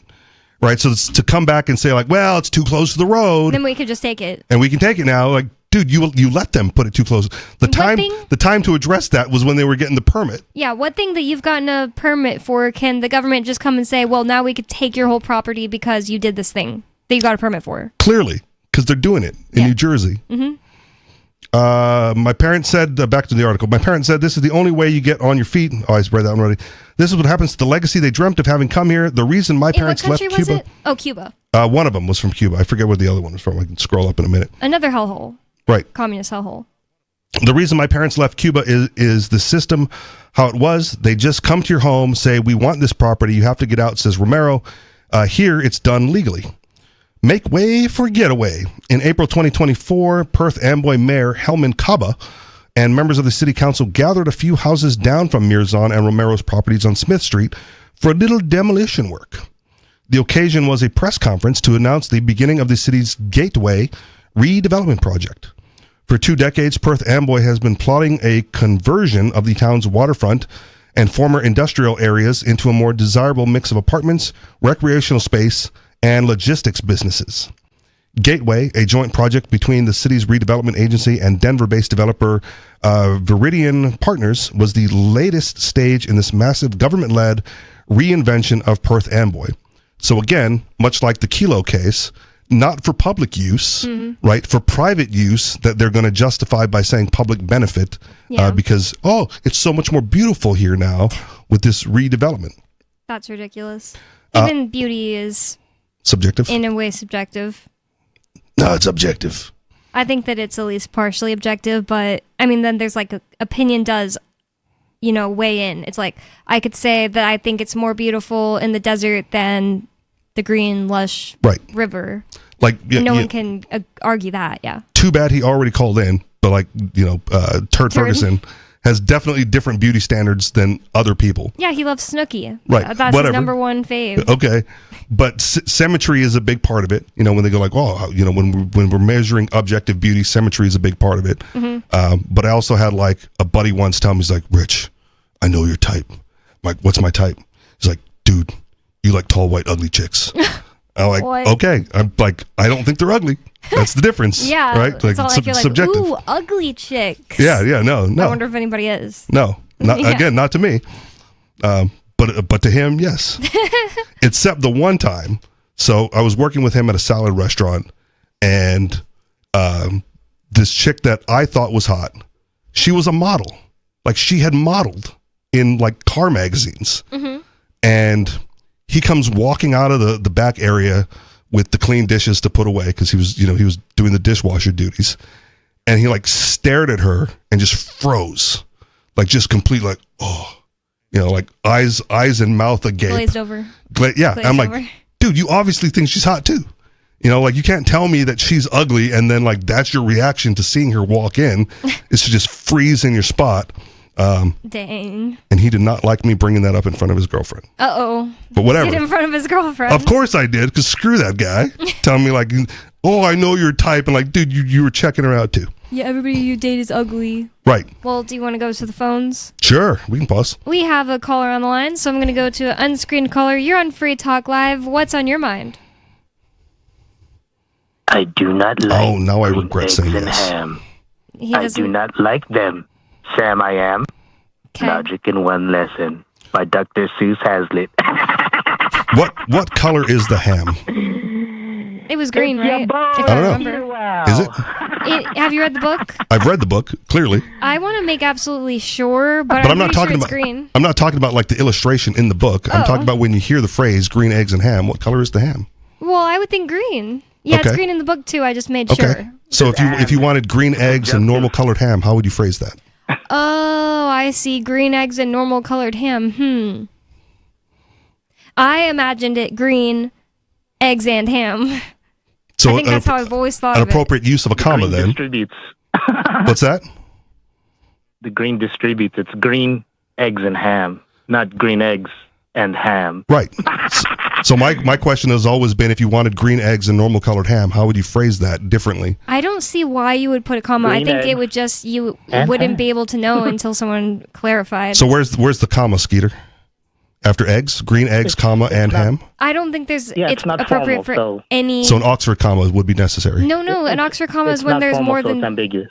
when there's more than one thing. Or sorry, more than two things. But this is the whole point. This is why you don't read Dr. Seuss for logic.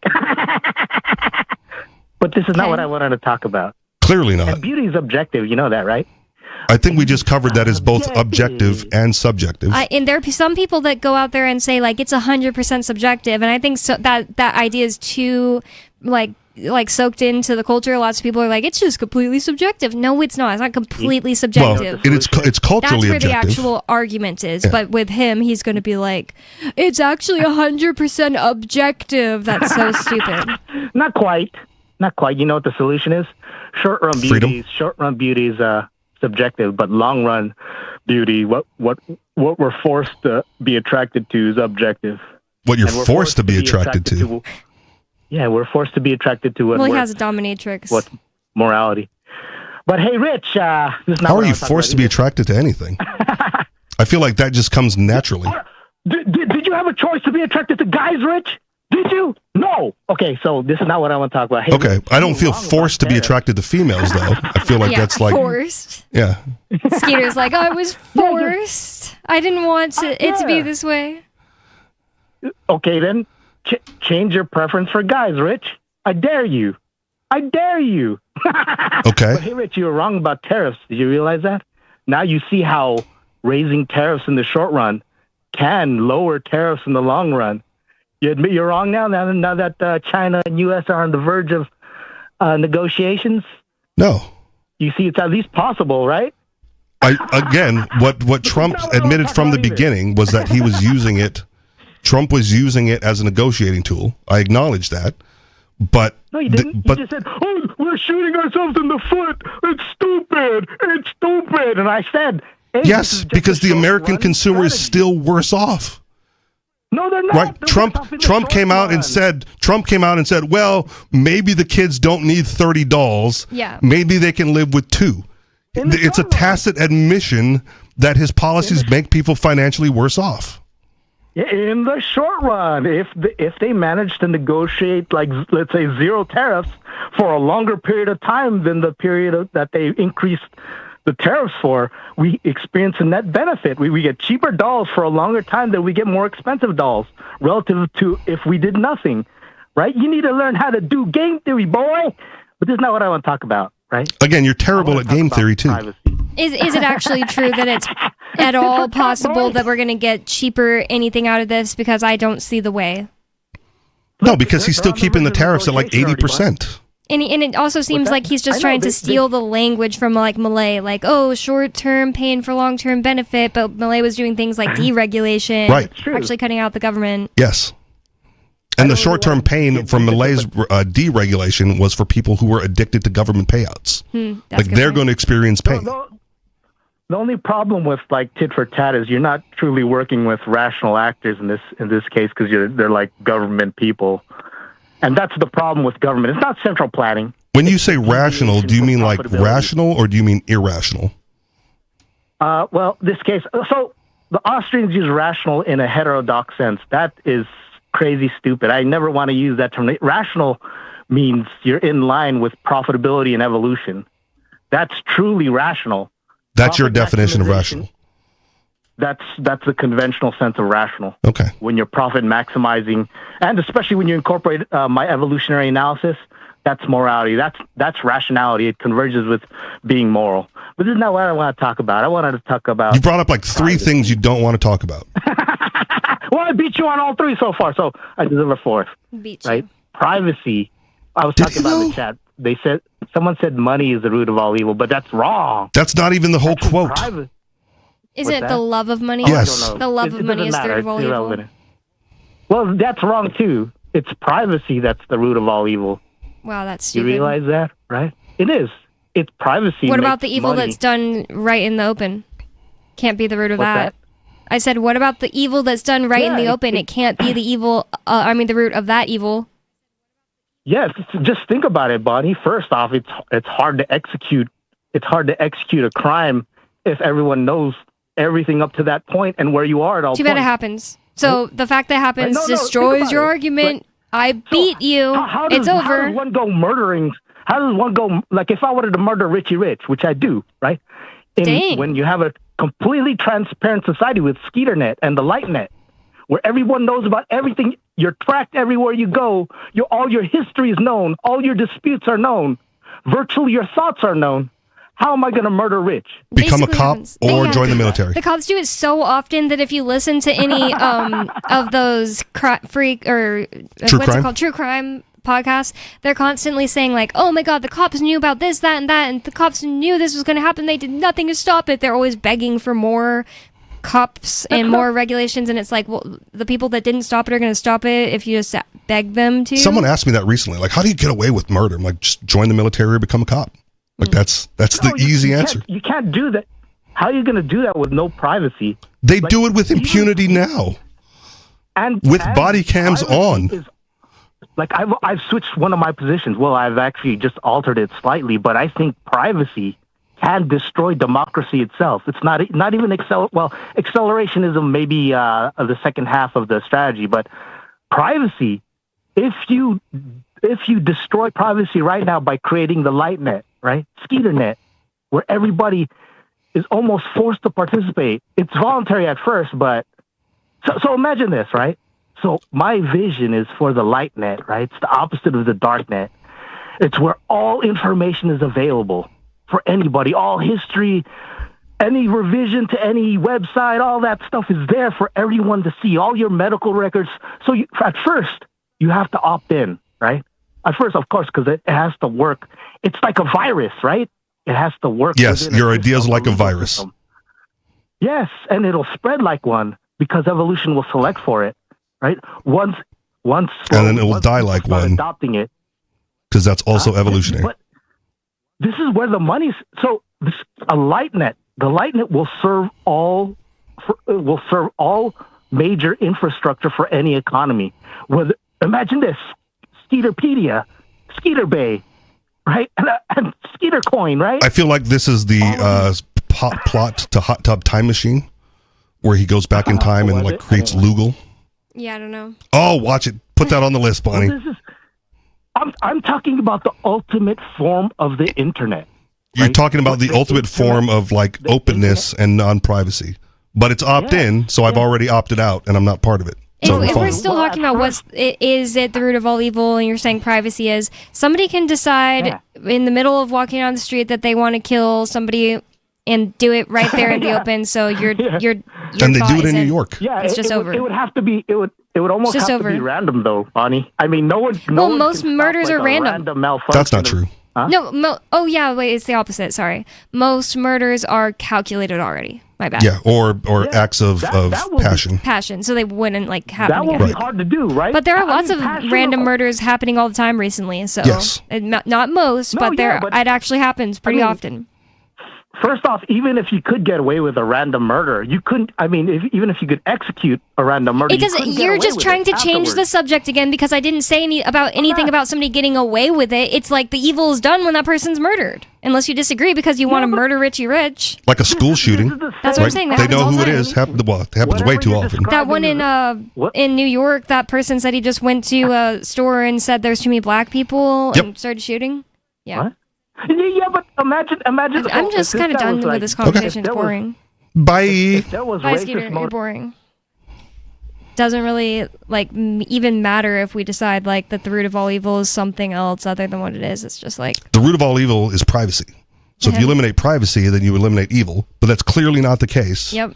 Because again, my example of cops and military, right? They kill and rape and murder with impunity already. And there's no privacy. They just get away with it. Yep. And if you want, if there's if you're worried about repercussions, right? Like school shooters, the random attacks, during COVID when people in New York were just we're just going to bash people who are Asian. Oh, yeah. Just because they happen to be Asian. Yeah. Right? The privacy is not going to prevent that, or lack of privacy is not going to prevent that. Yeah. They're just, it's random, man. There's cameras everywhere in New York. That's one of, libertarians, anarchists, whatever, we get accused of wanting a utopian society where none of this bad stuff happens. It's no, we want the voluntarism. We want people to obey the non-aggression principle, but that doesn't mean that those random acts of violence aren't going to occur. There just has to be ways to prevent it or, adjudicate after the fact. And also just there shouldn't be a framework for people to opt into doing bad stuff and not get with impunity. Right. You wouldn't have that. Honestly, I believe that there would still be bad things happening, but it would naturally happen less often. Yep. And that there wouldn't be this unnatural system where people have an incentive to do bad things. Right. Once you form a government based on those coercive tenets, right, you guarantee that there's going to be some violence and coercion in the system. Well, we hung up on Skeeter, but 603-283-6160 is the phone number if you'd like to bring up whatever's on your mind. Tell us we're wrong about what we're saying, or you could totally change the subject. It's up to you because it's Free Talk Live, but more from this story about this company in New Jersey that the government is just working with to steal land from people whose parents came here from Cuba and escaped communism, and they just wanted to create a business and make better lives for themselves. Well, now communist New Jersey is going to take their business's land. I'm going to say fascist New Jersey. Yeah. Because they're giving it to private industry. Yeah, that's a good point. They're working together. Gateway, a joint project between the city's redevelopment agency and Denver-based developer Viridian Partners, was the latest stage in this massive government-led reinvention of Perth Amboy. Viridian Partners had promised to invest $110 million in cleaning up the 44-acre Gateway site that would eventually become a massive warehouse and parkland. But first, some old buildings on the edge of the site had to be torn down. This key entrance to our city, once tarnished by decay, is now the focal point of our redevelopment efforts. And that's like every big city. There's even like a South Park joke about this, how they take Kenny's rundown house because he's poor. Yep. And they turned it into like downtown South Park, and it means downtown South Park. And they turn the crappy part and make it like trendy, and they still keep Kenny's house, and it's like, oh, over by the house, and it's like the historic district. Yeah, the historic district. It's like all big cities are doing this. It's just gentrification, and they're trying to make it cool. And it's like, oh, it's so cool that there's like this nice pizza shop, and then right next door is like the projects, and like and the next block is crackheads. Oh, it's so cool. But yeah, every big city is doing that now.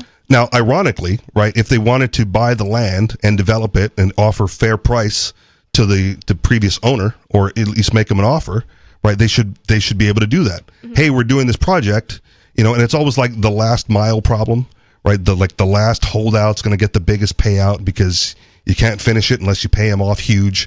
So like, what do you do about that? And Disney solved that problem years ago. You just try to not let them all know what you're doing.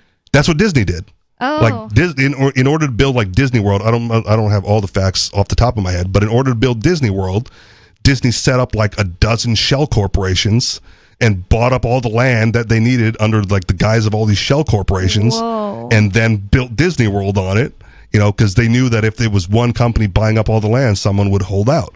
And in order to avoid that, they created mini corporations to get the land. That's so interesting. I wonder, because I've been hearing that like Elon Musk wants to create a little town, and so does Jeff Bezos. I wonder if they're going to take that. They'd be smart to keep their mouth shut until they're ready to do it. Like announcing it up front is a bad thing to do unless they're willing to pay. Or, because it's Elon Musk and he's in bed with the president, right? He'll just eminent domain whatever he needs to get that last mile problem taken care of. Yeah, apparently the Elon Musk one is going to be like people living on it on 69th and 420th streets and stuff like that. I don't really know, but people are going to be living on it. It's not unheard of, right? Like there are old country songs about like the company store, right? You work for the company, you live nearby, you go to work, you commute, and you buy everything internally. Like it's not a new phenomenon to do this. He's just doing it on a grander scale. The point I was driving at earlier, though, was, it'd be okay if, in fairness, to be like, hey, we want to offer you this money because we want the land, right? You can say yes or no. But when the Palisades fires in California happened, right, and the fires in Maui happened, the government prevented people from selling the land to developers, right? They went the other way. They said, like, you're not allowed to sell because we don't want these developers to take advantage of you, by lowballing you for the land. Wow. Well, the land isn't worth what it was a week ago when there was a house and all this other stuff. It is significantly devalued, and now's a good time to buy. Wow. So they could easily buy it up cheap and develop there, right? And the government is preventing them from doing so. So on one hand, you have the government preventing companies from paying fair market value to people who may want to voluntarily sell because of the diminished value, right? And on the other hand, you have them taking land from people because they don't want to sell in New Jersey. The ultimate example of the government thinks that they're smarter than you and should be able to run your life for you, that they'll tell you, no, you're not allowed to sell your own property right now because we're thinking it won't be a good deal for you. Right. That's insane. 603-283-6160. Corrupted power hungriness is probably more likely the root of all evil. What do you think? Call 603-283-6160. More Free Talk Live coming up. Join liberty-minded voluntarists, anarchists, and libertarians from June 13th through the 16th for the 8th annual Fork Fest at Rogers Campground in the beautiful White Mountains of New Hampshire. Fork Fest is a fork of the Porcupine Freedom Festival, which has sold out in recent years. Fork Fest happens the weekend before the Porcupine Freedom Festival. Fork Fest is decentralized, which means that there's no ticket cost and no one is in charge. All you have to do to join the fun is reserve your camping site, RV site, or motel room with Rogers Campground for June 13th through the 16th.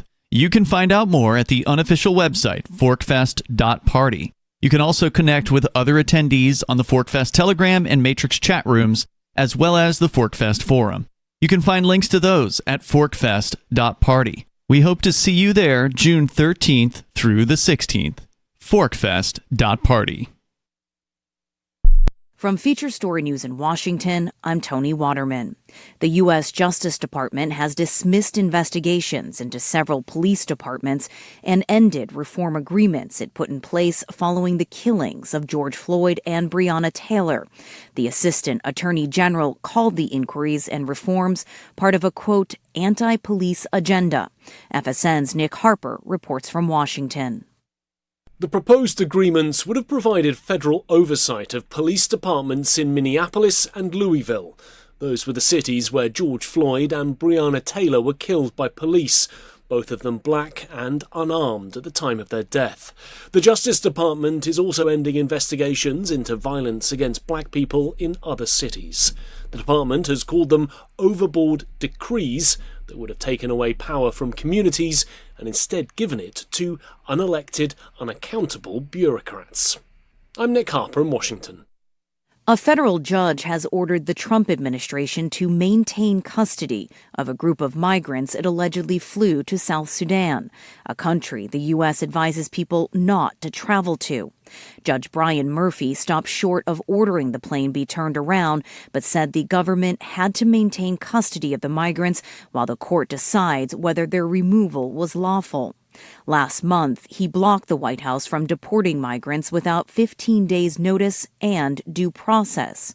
Attorneys for the alleged migrants, some from Vietnam and Burma, said at least a dozen were taken to South Sudan this week, and that some didn't have an opportunity to contest their deportation. During a hastily convened hearing on Tuesday night, Trump lawyers said they could not disclose where the migrants were or where they were landing. U.S. retailer Target has posted weaker than expected first quarter results, blaming economic conditions as well as changes to its diversity, equity, and inclusion policies. FSN's Mitch McCann reports. Sales fell nearly 3% year on year. Transactions in store and on its website fell by 2.4%, and the average spend of its customers during online and in-store visits also fell by 1.4%, so a slate of bad news for Target. Target has identified a number of reasons for the large slump, including declining consumer confidence, uncertainty about the impact of tariffs, and a customer revolt earlier in the year. That was because Target announced it was scaling back its DEI efforts, leading to a very expensive boycott from customers. In attempts to win back those customers, Target says it's introducing thousands of low-cost retail items and setting up a new office division to accelerate customer growth. Target's stock price fell around 6%. Mitch McCann, New York. From bureaus worldwide, this is FSN. We're still not sure why you'd want to watch, but our video feed is streaming nightly for free at cam.freetalklive.com.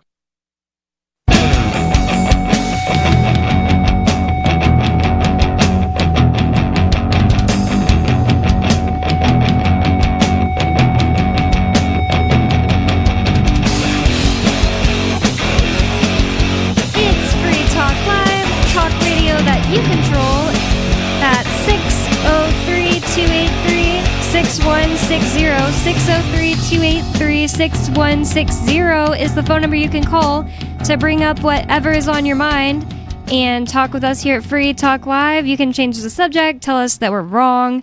It doesn't matter. It's Free Talk Live. And I'd like to thank Corey for being an amplifier with us here at Free Talk Live. That means that Corey went to amps.freetalklive.com and signed up to support the show. AMPS stands for Advertise, Market, Promote, and Support. Thanks to Corey and everyone who supports us. And again, that's amps.freetalklive.com if you'd like to check out the perks and benefits of becoming an amplifier. amps.freetalklive.com. And with you on Free Talk Live tonight, you've got me, Bonnie. And Richie Rich. And apparently the best way to tell us that we're wrong is to call in, tell us we're wrong, declare victory, and then change the subject immediately. Exactly. That's the winning formula. And if someone starts saying something that's counter to what you're saying, I don't want to talk about it. Or you either don't want to talk about it, or you say there's different metrics to whether or not you're right. Just change the metrics. It's ridiculous. Well, in the last segments, we've been talking about New Jersey in this instance, taking land from people who the land didn't belong to them, but New Jersey wants it, and it's called eminent domain, and that's in the Constitution. They just get to do it. It says right here they have the authority to do it, even though you thought you bought that property. Well, never really belonged to you. If the government you live under says they want it, they can always take it. There was a Supreme Court case, like within the last couple of months, that was supposed to revisit eminent domain, and they kicked it. Like they didn't do anything with it. They sent it back down. And it was the opportunity to like rectify and remedy the Kelo case from years ago, and they took a pass on it, which is very unfortunate for people who are into this eminent domain problem and follow it thoroughly. It's a huge problem. The government can just say, "Well, we think that you got this money that you're driving in your car with during committing a crime, and now it's ours." And you don't get to just say, "Hey, that actually ended up being false in court," and take it back. They just get it. Yeah, that's asset forfeiture. Oh. Similar, but same thing. Oh yeah. I was thinking it's the same thing. But it's similar. It's very similar. One's for and it doesn't have to be a crime. They can just like assume it's part of a crime. Like, that's what I'm saying. Even if you prove it wasn't a part of a crime, it doesn't matter. There was one story that sticks out in my head several years ago. It was a dude who ran a trucking company, and he was going across state line to buy a new truck for his trucking company. So he had like $50,000 in cash to go buy this truck, from wherever to wherever. And he got stopped on his way. Oh, no. And they stole the cash, because why would you have $50,000 in cash? Well, he said, I'm a trucking company. I run a trucking company, and I'm going to wherever to buy a new truck. And they went, no, it's drugs. It's definitely drugs. Wow. And they just stole it. Wow. And so, like, he's got a trucking company, no money, and no truck, because he can't buy the truck with no money. That's so sad. And again, because it's the government, it's even if he wants to adjudicate it, it's going to take years to get it all back, and he can't run a business. Yeah, you can't run your business at the time, and you have to spend money to fight them. Right. It's a horrible, disgusting gang. And they just steal it. Immoral, disgusting people join that gang. The police, the government. Yes. And if you find yourself to be good and moral, and you join, and then you realize what it is, then you have a duty, if you're good and righteous and moral, to immediately take out withdraw. As many as, take out as many as you can while you're there. But that's also the metric, right? Like, how can you tell the good cop? Well, they're the ones that got kicked off the force, right? For trying to arrest the bad cops. Like, there was a guy named Brad Jardis who would be featured a lot on Free Talk Live. I'm not really sure if he ever hosted. And he was part of Law Enforcement Against Prohibition. Yeah, LEAP. LEAP. Yep. And they would bully him. They would they would write like fag. I'm pretty sure you can say that on the air, on his car, stuff like that. And they tried to bully him to get him to like quit being a cop. Yep. Because they're a gang and they're bullies and they're freaks. But I'm also pretty sure he admitted once or twice on air that he did write people tickets for non-crimes, right? He did or didn't? Did. Like, he had, this is still part of the job. You got to go do it. Like, until he quit? Because he eventually did quit. Yeah. Wow. Like, he acted and if he's listening, call in and correct me. Yeah. Right, but I'm pretty sure he did cop things along the way, and this was just his one issue, was, the marijuana issue. Yeah, he does still believe that there should be cops for certain reasons, and he's been open about that online. Like, he has said that they're, like, he's not like a full libertarian. I'm not saying that, but, he believes that there should be cops pulling over people for speeding because he's seen too many brains on the side of the road. It's just like, well, that's probably going to happen. We're all driving 60 miles down the road in death traps, And again, well, what is he going to do here in New Hampshire, right? Because you can ride a motorcycle without a helmet. We do have callers on the line, so I'm going to go to them first. Unscreened caller, you're on Free Talk Live. What's on your mind? Well, you mentioned the fact that the government can just take things by eminent domain. Mm-hmm. Constitutionally, they've written it down in their rules that makes it a thing that they're allowed to do.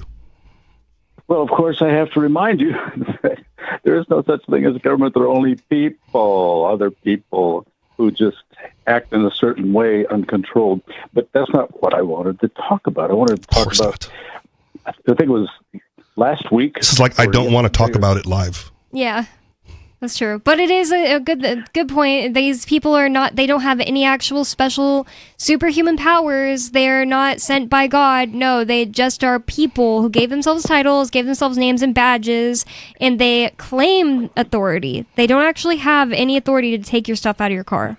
The superhuman power is the willingness to use violence against peaceful people. Psychopathy. So, sure. So I got a little curious. I think it was yesterday, probably last week. I heard it on the channel here, an ad, to free Ross. Oh, they're still running ads. Yeah. Yeah. Okay. And also I had this curiosity question: Is Ian under some type of super gag order or something where he cannot participate at all in any way, shape, or form? Only has 10 minutes a day to talk, so he'd rather talk to me. Or listen to the latest Free Talk cast, the podcast, because Aria did an interview with Ian. It's funny how you say it. Yeah, because I was thinking I'm more subtle about it than Aria. Fun. It's kind of fun when I hear him on commercials and stuff like that. I agree. Yeah, look up the latest Free Talk cast. You'll be able to hear him. Okay. And then, let's see, I was thinking maybe if he were not under some kind of a gag order, that he could maybe do some public service announcements for us or something. I don't know. Yep. Anyway. All in the works. Again, I'll direct everyone listening and you again to the latest Free Talk cast, Aria's production. Free Talk cast, okay. Yep.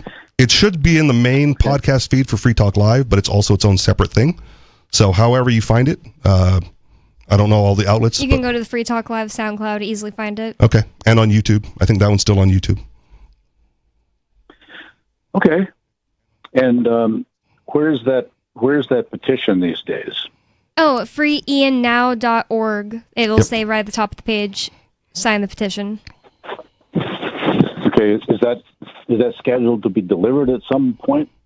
I don't really think it's scheduled. I think that you were able to just keep saying, like, hey, look, Trump, look at this. Because, yeah, it didn't get delivered for Ross necessarily. But his mom said that she does think it was a deciding helpful factor. It's a movement. Something you can show someone. People are behind it. The Free Ian petition is more of a movement than it is an actual document. Right? If you can direct Trump to show, like, hey, look at all these people who are signing this petition to free him, right? You don't actually have to deliver all those signatures. It's just more publicity to get attention drawn to it. Okay. Maybe we should get some stickers for our cars. I don't know. Yeah, that's not a bad idea. People have been talking about different kinds of merch, and this month, the thing that's been kind of worked on, and I wish I could have helped more, but I went to have a surgery, and I was just gone for like a whole week. BBL. Is that there is a conference called the Bitcoin 2025 conference in Las Vegas, I think, and Mark went there. Multiple people went there.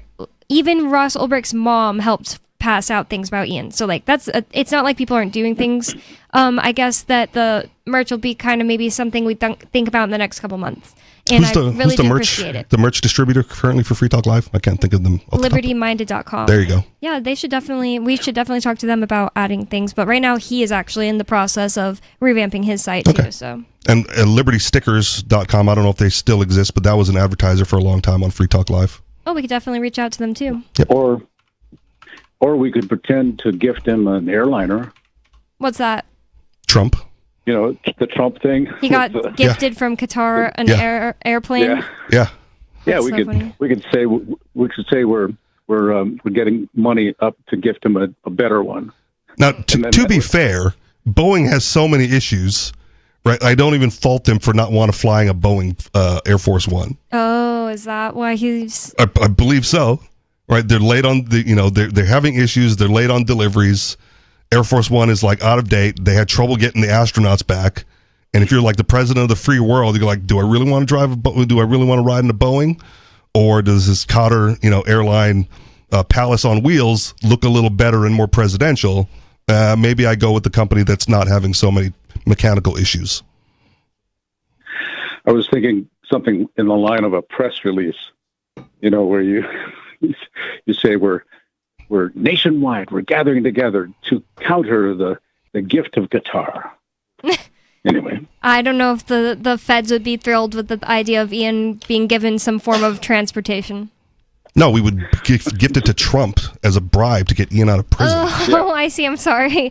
Oh, that's not a bad idea at all. I listened to Tim Dillon's comedy report about the Qatar thing, and he's dressed up with a Saudi Arabian looking outfit and it's like he's wearing gold and he has a tiger and the tiger has gold on him. Nice. And he's like, not everyone was bought out by the Qataris. This is just ridiculous. You people need to be more open to accepting gifts. and he actually said maybe the answer to all the world problems is to be more of a gracious gift giver. And honestly, maybe you're on something, Jet. Maybe we need to I don't want to say bribe. He's just open about it. Right? Like the entire lobbying industry is about bribing Congress people to vote in your favor or to pass legislation that favors your business or your industry.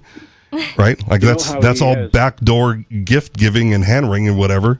He's just open about it. Maybe Israel needs to think about what kind of gift they want to give Trump, and then we'll all benefit. Yeah. I mean, like Thomas Massey said, everyone's got all of his other Congress critters. They all have AIPAC guys. Like they're all beholden to Israel anyway. Yeah, he has his own shoes. At one point, he has his own coins, and now, of course, the cryptocurrency and all that. There's got to be something we could come up with, like I don't know, a tie. I don't know, anything. A new tie, a new set of shoes. I don't know. It's just a kind of gift to get it into the press. For Trump, I think it'd have to be made of gold. Trump branded suit where the pinstripes say Trump. So you have to get really close to see it. Oh, nice. Yeah. Okay. Yeah. Made of Bitcoin Cassatius coins. No, you destroy them. Well, he might like that because it's just decadence. Yeah. Yeah, you have to destroy all these Cassatius coins to make my suit. Yeah, so the concept of finding some gift that could potentially be advertised, through a press release, that kind of thing. Yeah. I'll keep thinking about it. I really appreciate the brainstorming. That's awesome. And hopefully there will be free Ian merch in the next few months. We have other callers on the line. Thank you for the call, Jet. Unscreened caller, you're on Free Talk Live. What's on your mind? On the discussion of civil asset forfeiture, I kind of wanted to share something rather interesting. I'm not sure if you guys know or a lot of viewers know. But first of all, I'd like to clarify I'm a very staunch opponent of civil asset forfeiture as practiced. I think it's ridiculous, and it's simply a way for police officers to steal money from people. Mm-hmm. But one of the interesting without due process. Yeah, no, that's the huge problem. We're supposed to be a civil society, and it's evil. But I wanted to give an example I saw before. There was a fellow who didn't trust banks for whatever reason, but that's his choice not to trust banks. And I think it was in Colorado. And he would just carry copious amounts of cash on him, like $100,000 at a time. And one of the excuses they used to take the money away from him was they used the K-9 unit to sniff for drugs. And they were like, well, he's hitting for drugs. I'm not sure if you guys know this, but nearly every single piece of tender currency in the United States has some sort of trace of drugs on it. Yep. I've heard that. Mostly cocaine. Yeah, mostly cocaine. So if they're going to use that as an excuse to steal money, isn't that just a free pass for them to take everybody's money pretty much whenever they feel like it? Yes. I feel like they already just have a free pass to take everybody's money whenever they feel like it. And I'll kind of do you one a little better, maybe, not trying to one-up you, but for a long time, dispensaries couldn't get bank accounts because banks didn't want to associate with the marijuana industry because it's banned on the federal level, right? So all of these dispensaries had no choice but to have copious amounts of cash lying around because they couldn't deposit it anywhere legally, or legitimately. The banks wouldn't take it. Yeah. So that was another way to go after them. Right, and steal their cash because, hey, you can't deposit it in a bank even if you wanted to. I don't want to give them any ideas, but I know that like adult film stars often can't get bank accounts. Yep. Maybe they have a bunch of cash. I'm really surprised that crypto isn't used more for porn and OnlyFans. It is. Oh. Okay, I'm out of the loop then. Yeah, I'm out of the loop. But interestingly enough, that's one of the most common justifications for civil asset forfeiture is the ridiculous war on drugs. We have to take this drug money. We have to protect the communities. Little do most people understand because they've been brainwashed by government propaganda. And I know I'm preaching to the choir here, but I like to get it out from time to time because a lot of my friends disagree with me. Yeah. But the war on drugs shouldn't even exist. It's a problem they created by criminalizing substances for people to tweak their consciousness. They create the criminal empires. They create the sex trafficking. They create the violence. Yes. And then they turn around and they profit off of the violence that they themselves created. I'm not necessarily against the idea of seizing assets that are used in legitimate crimes. I don't believe drug crimes have a victim whatsoever, but it's absolutely ridiculous. And what assets? What would be a legitimate crime, and what assets would you seize? So I'll tell you, if there was provably some sort of murder for hire plot, and there was an investigation into it, and the murderer or the person orchestrating this kind of thing was brought before a judge, sentenced to his crimes, and these assets could be proved to have been involved in the crime, I wouldn't be against seizing them as a form of restitution for a victim. Okay. Sounds Or pretty same solid. with sex trafficking. Yeah. Okay. Sex trafficking where the woman is, or the person who's being sex trafficked is legitimately there against their will, stuff like that. Because usually that's to make money with them. Yeah. Well, I would say that any sort of restitution, asset forfeiture would be okay. Yeah, in because you have to make it whole. A big difference in that scenario is that it would be used for restitution when right now the cops just kind of take the money and use it for their cop activities. Yep. AKA literally exactly what the caller is saying. Cop cars. Creating problems, creating black markets, creating violence, and then profiting off of it.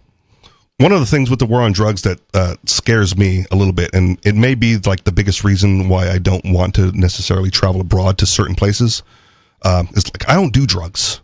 But there was one case a long time ago of some dude in like Saudi Arabia or one of those places who like stepped on a piece of marijuana and got like a seed stuck in his sandal. Oh no. And they screened him at the airport and like then imprisoned him for like drug possession. Yeah. Like that's, the irony of me who like doesn't do it, doesn't deal it, doesn't sell it, doesn't purchase it, to step on something and get caught in the mess like that is like, not worth the risk. Yeah, that sounds so terrifying. Like I'll never get a DUI because I don't drink. So the irony of me like getting a DUI or anything like that is, stupid. It looks like that caller dropped off, so thank you so much for the call, caller. But we have another one on the line, so unscreened caller, you're on Free Talk Live. What's on your mind? Hi, this is Paul. I'm in Arizona. Hi, Paul. And, Bonnie, it's always nice to talk to you, and I look forward to the day when your husband can walk free. Thank you. Again. I appreciate it. I really echo the person that just ahead of me talking about the whole drug problem is a totally created one.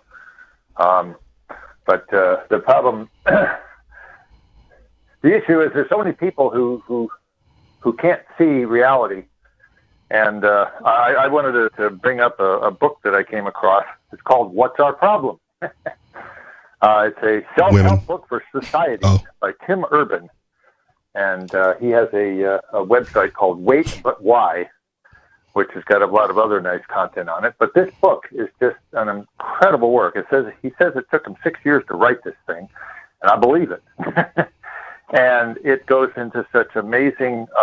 It has a perspective that I've never heard before. I mean, I'm in my 70s. Okay, so I've been in the liberty movement. I've been in the tax movement. I've read a lot of this stuff. I've never come across this way of looking at society. And what he's done is he's taken the issue of the political spectrum, the left-right thing, okay, and of course you remember the libertarian Nolan chart, which takes the left-right and turns it into a diamond. Yep. Okay, so you've got left and right, then you've got up and down, and the bottom is libertarian and authoritarian, and the top is total anarchy. But it's still just a political spectrum. Okay, what Tim Urban has done in this book, he's taken the horizontal axis, left and right, and added a vertical axis, how people think. Okay, not just what they think. Okay, the left thinks that progressivism is the way to go, and there is no such thing as private property, blah blah blah. And the right is very much private property to the extreme, and But how you come to these conclusions is the important thing, and he's done an amazing job in this book to line out exactly what's going on and how you can spot stuff. Where would you say that you fall from? Well, can you distill it down? Like where would you say you fall on how they think? I'll distill it down. Basically, he starts out with the human race, thousands and millions of years ago. Okay, they're one of the first pages in the book. He's got a chart that says if human history were a 1,000-page book, okay, 250,000 years ago was the first page, and the last page, covers hundreds of years of history. And so the idea that for most of our lives, the human beings have survived based on their instinct, their animal, their primitive mind, okay? And that is, in a primitive situation, a primitive mind is important, okay? And, gratification, right. me first, blah, blah, blah, okay? I've done some self-help work, and the terminology used in that workshop was victim to a program. Right, but the deal is that the way of thinking is very, self-oriented, non-cooperative, instant gratification, stuff like that. Then what made humans become, tribal. Yeah, that's a good question. Yeah, the tribal mind. And what's happened in recent history is that people have figured out how to cooperate, how to use the upper part of their mind. Okay, and what he calls it is the what is it here? Higher mind. Okay, I'll go with that. And so you're cheating. You've got someone feeding you information. Yes, my wife is. Nice. Me and Ian like to read books together. That's fine. I'm just messing with you. The higher mind is the one that takes the wide view. It takes the big picture and going, let's see what our survival doesn't just mean today. It means the long view. Yeah, thinking more long term. That's what this civilization is built on. Okay. Yeah, that makes a lot of sense because the neocortex being more developed in humans, it's what basically sets us apart from animals. Like the animals, they have that part of their brain. I think I erroneously stated they didn't have it in. You don't want a YOLO? But they have we have bigger, more developed parts of the neocortex that, so that'd be like the higher mind. It sounds accurate to me. We're out of time right there, but yeah, check out that book by Tim Urban. That he said that one was called What's Our Problem, right? Yep. What's Our Problem by Tim Urban. It seems like people are in here saying that he stopped his blog for many years after 2016 election. Well, and more Free Talk Live coming up. So 603-283-6160. Get in on the conversation with us. Thanks for all the calls. More coming up. It's Free Talk Live. We have some good news. The indictments against Ross Ulbricht in the District of Maryland were dismissed with prejudice, meaning they can never be refiled. This is especially good because those indictments contain the only charge ever made that Ross engaged in murder for hire. This was a serious allegation that Ross Ulbricht denies. It was never prosecuted or ruled on by a jury, but was trumpeted by the federal government and the media as if it were proven fact. The Maryland court held these indictments for almost 5 years, poisoning Ross's case and leaving him under a cloud of unproven allegations. allegations. As explained in Ross's appeal to the Supreme Court, the fact that the judge used these allegations to give Ross a draconian sentence of double life without parole violated his Sixth Amendment right to a jury trial. Judges are required to issue sentences based on convictions decided by a jury, not unproven allegations never even charged at trial. Although this is a positive development, the dropped indictment will not set Ross free. Now, a presidential pardon is Ross's only hope of freedom. Sign the petition at freeross.org. freeross.org. Protection. Eleutheromania. The insatiable desire for freedom. Filibuster. Police state. It's the new 3-song heavy metal EP from Captain Kickass. Available now on your favorite music app or get it directly from CaptainKickass.com. If you want to know the latest about Free Talk Live before we go on the air, all you need to decide is how you want it delivered. It's your choice. Visit news.freetalklive.com to receive our usually weekly news updates by email. Plus, we have a Twitter account at twitter.freetalklive.com, and you can follow us on the decentralized Mastodon platform at toot.freetalklive.com. So please follow us at toot.freetalklive.com and sign up for our emails at news.freetalklive.com. The latest episode of Free Talk Live continues with Hour 3 up next after the news here at listen.freetalklive.com. From Feature Story News in Washington, I'm Tony Waterman. The U.S. Justice Department has dismissed investigations into several police departments and ended reform agreements it put in place following the killings of George Floyd and Breonna Taylor. The Assistant Attorney General called the inquiries and reforms part of a, quote, anti-police agenda. FSN's Nick Harper reports from Washington. The proposed agreements would have provided federal oversight of police departments in Minneapolis and Louisville. Those were the cities where George Floyd and Breonna Taylor were killed by police, both of them black and unarmed at the time of their death. The Justice Department is also ending investigations into violence against black people in other cities. The department has called them overboard decrees that would have taken away power from communities and instead given it to unelected, unaccountable bureaucrats.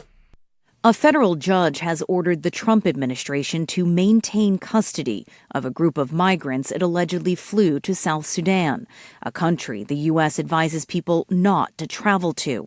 Judge Brian Murphy stopped short of ordering the plane be turned around, but said the government had to maintain custody of the migrants while the court decides whether their removal was lawful. Last month, he blocked the White House from deporting migrants without 15 days' notice and due process. Attorneys for the alleged migrants, some from Vietnam and Burma, said at least a dozen were taken to South Sudan this week, and that some didn't have an opportunity to contest their deportation. During a hastily convened hearing on Tuesday night, Trump lawyers said they could not disclose where the migrants were or where they were landing. U.S. retailer Target has posted weaker-than-expected first-quarter results, blaming economic conditions as well as changes to its diversity, equity, and inclusion policies. FSN's Mitch McCann reports.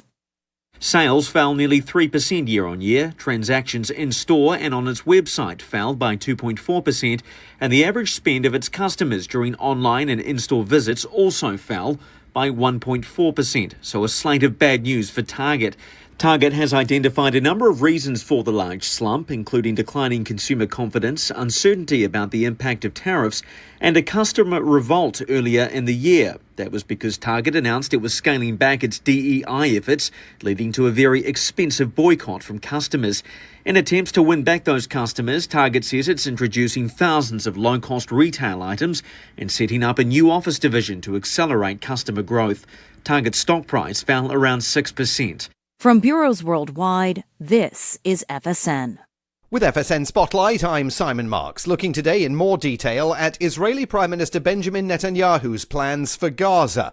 Operation Gideon's Chariots, he calls them, plans dramatically to expand the military assault on the territory and ultimately to put it all under direct Israeli control. He's warned civilians facing a growing humanitarian risk to leave the north of Gaza again, where he says the military action is imminent, an effort, he says, to achieve complete victory over Hamas and the release of its remaining hostages. Reporter Yotam Confino is in Tel Aviv. The idea this time around is not to go in and remove Hamas from some of their strongholds and then withdraw from the area. This time around, they're supposed to be there, stationed indefinitely. Nearly 70% of Israelis are opposed to this. First of all, they don't want an annexation or an occupation of Gaza. That's a minority view in Israel. But 70% of Israelis want there to be a ceasefire so they can get the hostages out alive, at least those who are still believed to be alive, some 20 or 21 maybe, out of the 58. So it's quite unpopular. The Israeli leader's plan is also running into opposition from the White House, with the Trump administration's special envoy privately telling hostage families that Netanyahu is now trying to prolong the war without any long-term plan. And a recap of today's headlines. The U.S. Justice Department has dismissed investigations into several police departments and ended reform agreements put in place following the killing of George Floyd. A federal judge has ordered the Trump administration to maintain custody of a group of migrants it allegedly flew to South Sudan. Target has posted weaker than expected earnings, blaming economic conditions and changes to its diversity, equity, and inclusion policies. That's Feature Story News. Tony Waterman reporting. A Japanese-American internment facility was still in operation in the mountains of Northern California. The facility should have been closed in 1945 and its 6,000 residents released, but unfortunately the camp was overlooked until this week. I am happy to announce, however, that the remaining 118 detainees have now been fully exonerated of suspicion of spying for General Tojo, and they have been freed. Next item of business. The President will be meeting with the Australian Prime Minister, Kevin Rudd. Yes, Denise? This is a huge oversight. How could this have happened? Well, Denise, it looks like the camp just somehow slipped through the cracks. The end of the Second World War was a hectic time in America, and it's only natural that we let a couple of things slip in our excitement over defeating the Nazis. Who's going to be held responsible for this? Congressional investigation? No, there won't. In fact, the War Relocation Authority was responsible for the decommissioning of the internment facilities, but that organization ceased to exist in 1946, so no. This is the Onion News Network. You can help spread the ideas of liberty with our Patreon for just $5 per month at amps.freetalklive.com.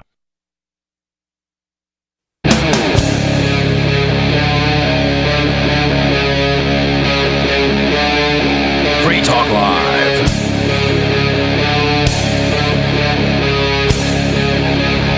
It is Free Talk Live. Welcome to hour number 3 of our show. In studio, it's myself, Chris, Riley, and Mr. Penguin, getting distracted by people asking technical questions online. You're doing tech support? I'm doing tech support while trying to do the show, so if I'm not responding to you, that's why I am back on the air. Good, because I have some technical issues I want to run by you while we're on the air. Okay, yeah, so I don't know I'm going to do technical support on the air, but if you message me when we get into intermission, I may respond. You may, but you may not. This is true. It's at my It's completely leisure. Unreliable tech support from Mr. Penguin when he's doing a nationally syndicated radio show. So who knows what could happen? Exactly. Well, I'm not going to hold you to any tech support promises you may have just made. Now he's just. I don't even know what tech support promises I just made, but I feel like you're fabricating something because I probably haven't made any promises, but you haven't. I'm just trying to keep things light. Wow, we've been kind of all over the place on this show tonight. I do want to talk about that one story I kind of teased about Trump actually possibly doing something good. I'm reluctant on all this stuff because I was one of those guys who would not have voted had it not been for the opportunity to cast a vote that might free Ross Ulbricht. And knowing that my vote, it is impossible for my vote to have mattered, but I still feel complicit in Trump's election. Yeah, I can proudly say I did not vote for Trump. I can proudly on say, either occasion one or occasion two, and good for you. I'm probably one of the few people who can say that. I will never vote for Trump. Yeah, they got me once, and I'll never vote for him again. I mean, look, don't get me wrong. I totally, I'm glad that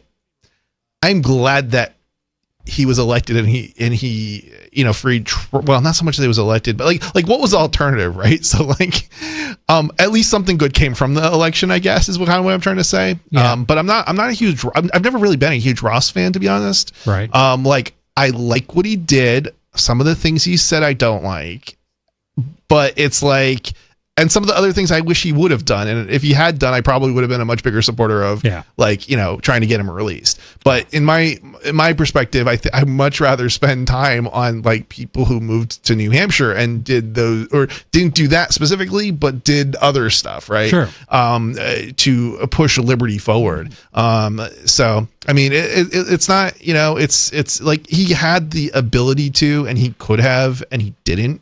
So it's like he should have. If he ends up moving to New Hampshire, I will, I'll rethink what, I think of him, I think. But, at this point, it's like, it is what it is. It's like, I get it. Not everybody can move, but he could have moved. It's like, I understand. And the fact that he's going to wait until after we got him out of a cage to move, this doesn't seem right. There are so many other people. Fair, we weren't the only ones who lobbied to get him released. Sure, but there's so many other people who are sitting in cages that are probably equally as deserving of our support, but we're not like we're not really talking about those people, And and this was a case where there was a lot of mobilization within the larger crypto community. Yeah. Whose DNA you can trace back to this radio show. Oh yeah, I mean, the reason that crypto took off, I think, it's fair to say it's attributable to Free Talk Live. Yes. And all sorts of different things that libertarians, and especially Ian, did in the early days of crypto. Did you ever read Nathaniel Popper's book, Digital Gold? There's more to the title. But a really good book, New York Times writer. And he talks about, when crypto started to get word out in Silicon Valley and stuff like that, there were USB sticks of Free Talk Live episodes being passed from person to person. That's awesome. About this. And Roger Ver heard of Free Talk Live here. And that's when Roger was full-blown Bitcoin Jesus. And so its DNA starts here. What I like about the Ross case is it brought up this thing it was a black market, to be clear. I mean, absolutely. And we think those are important because they demonstrate two things. Capitalism works and government makes bad laws. Oh yeah. Yeah. There's definitely something to be said. I think the whole idea behind the Silk Road was it was bound. Its time was it was just bound to occur, right? Like it was something that was inevitable. If it wasn't Ross, it would have been somebody else. In fact, there's been many people who have done basically the same thing. Exactly. Now, I will say there's one thing I do like about Ross, and that he did emphasize free markets, right? It wasn't just somebody doing it for the sake of money. And I think for the right, and for the money is perfect. He wasn't just doing it for the money. So I think in that respect, it was very libertarian, and he is much more worthy of a person to support than other people who have come along and done the same thing. One of my favorite memories from the Silk Road days was my son sending me a PDF of a screenshot from the administrator at Silk Road where he was explaining, we had some technical issues. It's all fixed now.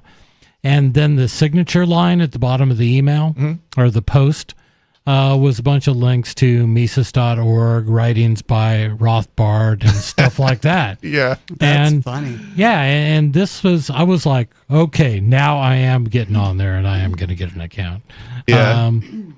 But yeah, because of all those things, and because it was a collision in time of somebody who really wanted to develop a free market for the internet at the same time Bitcoin came into existence, and I mean that collision of those two ideas together made it suddenly well known to the point where everybody thought that Bitcoin was only used for drugs. That's the only thing it's used for. And you had lots of people that were using it legitimately even then. So it was kind of crazy. But I strongly recommend that book, Digital Gold something by Nathaniel Popper. Really, really good book about the history of Bitcoin. And Ian and Mark are mentioned by name in there. I mean, that's something that I always thought was pretty cool. It is pretty cool that we are hosting a show that Ian and Mark have become world famous, pretty much. Kickstarted cryptocurrency. Yeah, exactly. Yeah. They made it what it is today. Yeah. Yeah, there's a reason that people like Roger Ver and Ian Freeman have been targeted by by the state, by the feds. They're some of the most significant players in the success of the whole crypto space. Yeah. So, and I think and that's where I was going with the whole Ross Ulbricht thing. You had a lot of people in crypto, and I'm saying to those people in crypto, don't forget. I mean, and Ian and Roger Ver are not the only ones.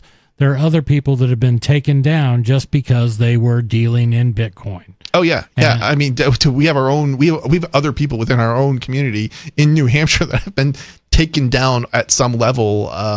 Because of it. We've got what is this? Who am I thinking of? There was a what's the? He had a video site, Odyssey. Oh yeah.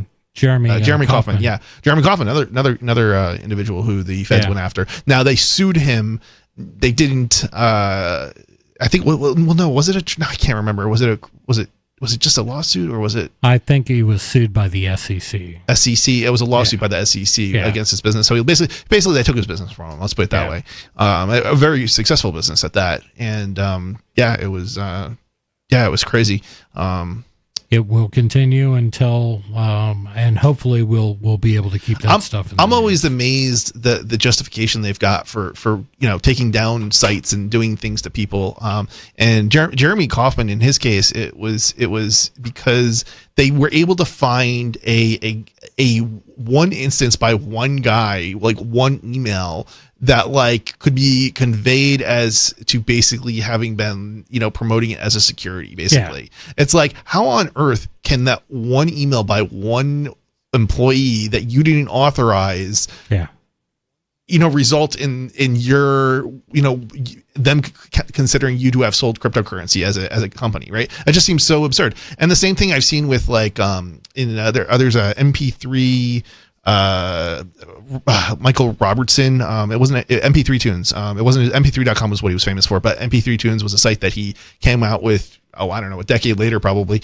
And it basically allowed for side loading of music, and the entertainment industry didn't like that, but they sued him. And basically, because one employee ripped a CD, a song from a CD, and uploaded it to his personal music locker. Yeah. They shut the whole site down over copyright infringement. Yeah. It's like, wait a minute, one song by one employee that you didn't authorize and was never shared with any other human being, but is somehow a very copyright big industry that donates lots of money to politicians. It just goes to show the insanity of the big industries like the entertainment industry and how they think they can have a monopoly on. Yeah, well, they can if they buy the right politicians and bureaucrats. Literally, we're going to go to the phones where we've got a wireless caller. Unscreened wireless caller, you're on Free Talk Live. Yeah, Donald Trump just finished a tour to the Middle East, and you know what would have been hilarious? What's that? The Qataris were really offering him that 747, and they said, we want you to check it out now, and take it. We'll take you for a spin, and you see how you like it. See if there's any things you need to change. I don't know, the temperature, the kind of air conditioning. Maybe you need more microwave ovens in it. And they take off, and instead of going over Saudi Arabia, maybe if they go were to land in Iran, where Trump is wanted for murdering a Iranian general, and they would hand him over to Trump, hand him over to the Iranians as an extradition. Wouldn't that be a dirty trick? Wouldn't that be? That would be funny. That would be. but it This didn't sounds happen. like too much This sounds too entertaining for anybody to make it into a film. But that would be hilarious if it was It like. would be, I mean, those lines on the map mean so much to bureaucrats. They do. Yeah. I was just thinking of that. That would have been hilarious. It would have been. Anything else? Oh, he's already gone. Well, that's Selma, New Hampshire for you. Cool movie ideas. I know. Yeah, I like that one. That sounds like a really entertaining movie. Okay, so back to the story. Trump admin, which they mean by administration, Trump administration permits sale of devices that allow standard firearms to fire like a machine gun. Gun control groups condemned the move as, quote, a dangerous backroom deal spearheaded by Trump general counsel, unquote, that, quote, effectively legalizes machine guns, unquote. This is from NBCnews.com, so prepare yourselves for some anti-gun talk. By Ken Delanian. The Trump administration has decided to permit the sale of devices that enable standard firearms to fire like machine guns.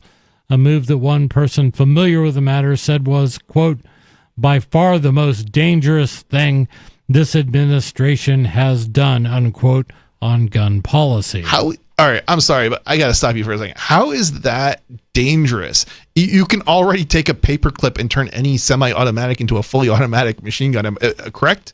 You can do it with a rubber band too. Okay, so you can do it with rubber band. So how does this make anything more dangerous? I mean, literally, it's the only difference is somebody deciding to do it or not do it. So I was hoping this article would give us a little insight and hopefully a web link, but it does give us some names of businesses that are going to stay in business, evidently. We'll continue. The Justice Department on Friday announced a settlement in a lawsuit brought by the National Association for Gun Rights. The lawsuit alleged the ATF rule banning, quote, forced reset triggers, unquote, devices that allow semi-automatic weapons to fire rapid bursts of bullets. Quote, this Department of Justice believes that the Second Amendment is not a second-class right, unquote. Attorney General Pamela Bondi said in a statement, quote, and we are glad to end a needless cycle of litigation with a settlement that will enhance public safety, unquote. Vanessa Gonzalez, a spokesperson for Giffords, that's the National Gun Violence Prevention Group led by former Representative Gabrielle Giffords, condemned the move. Quote, the Trump administration has effectively legalized machine guns. Lives will be lost because of his actions, unquote, said Gonzalez. Quote, this is an incredibly dangerous move that will enable shooters to inflict horrific damage. The only people who benefit from these being on the market are the people who are willing to make money from selling them. Everyone else will suffer the consequences, unquote. Well, I disagree with you because the first thing I'm doing when I get home is Googling forced reset triggers and trying to figure out which one I can get that will fit on one of my firearms, if I had any firearms to put them on. Didn't you lose them in Lakewood and Pisaki? I hate that. I've lost so much cryptocurrency and guns due to boating accidents. I know. It's well, hold on. You got to be careful because they still expect you to pay your taxes on your lost crypto. I can't even. I think all the records were there too. I don't think it matters. I know. I think they're still going to consider it. I think they still will make you pay. The move comes after a majority of judges on the conservative Fifth Circuit U.S. Court of Appeals appeared to side with the gun rights group during oral arguments in the case in December. The judges cited a Supreme Court decision last year finding that another rapid-fire device called the bump stock, did not convert firearms into illegal machine guns. A good decision there, too. Since the forced reset trigger devices will not be considered firearms, they can be purchased anonymously without a background or age check. Of course they can, just like a bump stock, which is a piece of plastic. Literally a piece of plastic. That's what a bump stock is. Yeah. It's got a spring in it. Big deal. Yeah. But now the Trump administration is abandoning the effort to restrict the devices. Former senior ATF officials criticized the move and predicted that the courts would have upheld a ban on reset trigger devices. Quote, "We're going to win this," unquote, said the former ATF official. Quote, "These things are not like bump stocks." Well, who cares? They both accomplish the same thing, as does a rubber band or a paperclip. There's all kinds of ways you can make guns do wonky things like fire quickly. See, I would love this is like the conversations we should be having are like, can we outlaw nukes or something like that? Like individual ownership of nukes. Like those are the conversations we should be having. Not bump stocks. Not toy. Effectively But no one what amounts wants to to have those toys. conversations because they'd rather talk about the guns. Because right. in their minds, the people who have the nukes are the countries, not individuals. Individuals are not going to possess nukes in their minds. Probably not, even if it was completely legal. But that's beside the point. It's just that the ridiculousness of it. It's like. You're not. There's no way you could possibly claim that you're going to be making people safer by banning, fully automatic when you can take any semi-automatic and use a rubber band or a paper clip to make it fully automatic. Yeah, I agree with you on that. It's too easy for anybody who owns a semi-automatic to turn into a fully automatic. That no matter what the law is, it doesn't have any impact on safety. And the Las Vegas shooting at the country music festival, that one was horrific. That is the only case I can recall of a bump stock being used in a crime. And correct me if I'm wrong, but isn't the fully automatic actually less lethal because it is because you end up spending more bullets, and as a result you end up being have to reload more often. Right. So basically, like you can if you use a semi-automatic, you can kill people individually and end up killing more people than if you have a semi-automatic and start spraying bullets. As somebody who was in the military, I mean, anybody who's been in the military knows you are taught how to shoot 3-round bursts. You may have been taught how to fire automatic, but all your practice and all your training is one at a time. Right, because that's the most effective, right? That's like the most killing accurate, people. right. You never did anything involving, I'm sure there are groups like SEAL teams and stuff like that probably do train that way, but I own nothing. I don't own any guns or firearms. I know very little about them. I've barely probably touched any kind of rifle or anything in my entire life, and it hasn't been since I was probably 10 years old or younger. Right.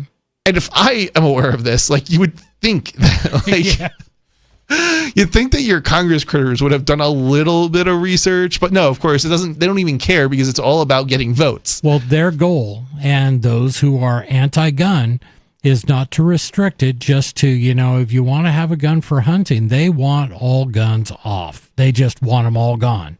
They want all guns to only be held by the government. I was to say, except for them. Yeah.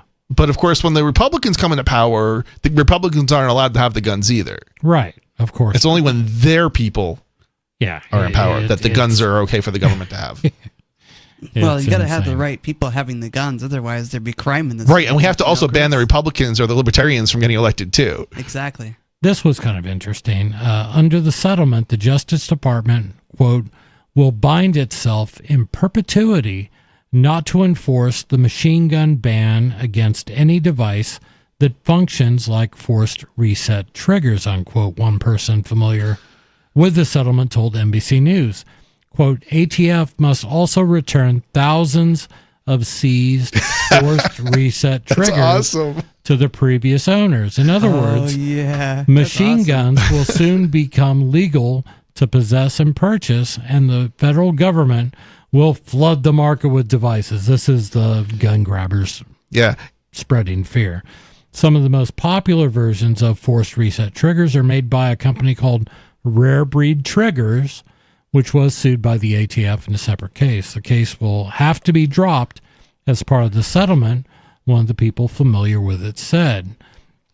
I don't know how much in government can be done bureaucratically, quote, in perpetuity. You know what I mean? Yeah, I was about to bring up the same point. The problem with all of this, right, is that all the good stuff that Trump is accomplishing, it's not through legislation. It's through it's through policy. And the next time with the next president, it's all gonna get wiped away. So there's no lasting positive effect from these these actions that Trump is taking. It's all public relations and nothing more. And we can talk when we come back about Doge and all the billions and trillions of dollars they're saving, and when that stuff actually may happen, not anytime soon. 603-283-6160 is our number. Give us a call. This is Free Talk Live.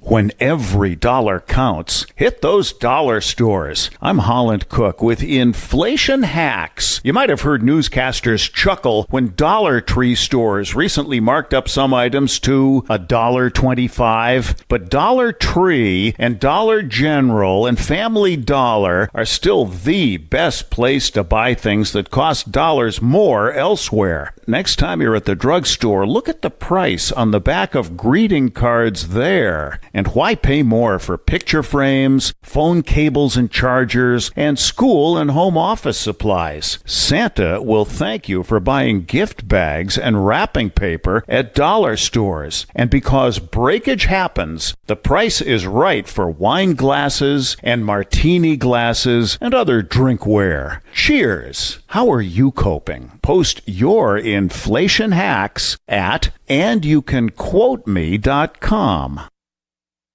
From Feature Story News in Washington, I'm Tony Waterman. The U.S. Justice Department has dismissed investigations into several police departments and ended reform agreements it put in place following the killings of George Floyd and Breonna Taylor. The Assistant Attorney General called the inquiries and reforms part of a, quote, anti-police agenda. FSN's Nick Harper reports from Washington. The proposed agreements would have provided federal oversight of police departments in Minneapolis and Louisville. Those were the cities where George Floyd and Breonna Taylor were killed by police, both of them black and unarmed at the time of their death. The Justice Department is also ending investigations into violence against black people in other cities. The department has called them overboard decrees that would have taken away power from communities and instead given it to unelected, unaccountable bureaucrats. I'm Nick Harper in Washington. A federal judge has ordered the Trump administration to maintain custody of a group of migrants it allegedly flew to South Sudan, a country the U.S. advises people not to travel to. Judge Brian Murphy stopped short of ordering the plane be turned around, but said the government had to maintain custody of the migrants while the court decides whether their removal was lawful.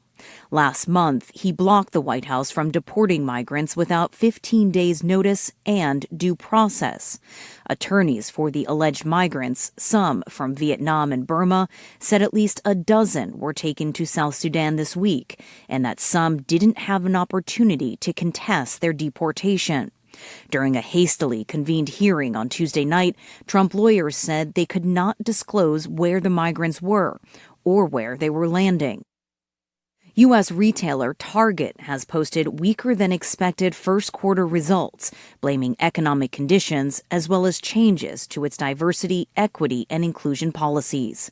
FSN's Mitch McCann reports. Sales fell nearly 3% year-on-year. Transactions in-store and on its website fell by 2.4%, and the average spend of its customers during online and in-store visits also fell by 1.4%, so a slate of bad news for Target. Target has identified a number of reasons for the large slump, including declining consumer confidence, uncertainty about the impact of tariffs, and a customer revolt earlier in the year. That was because Target announced it was scaling back its DEI efforts, leading to a very expensive boycott from customers. In attempts to win back those customers, Target says it's introducing thousands of low-cost retail items and setting up a new office division to accelerate customer growth.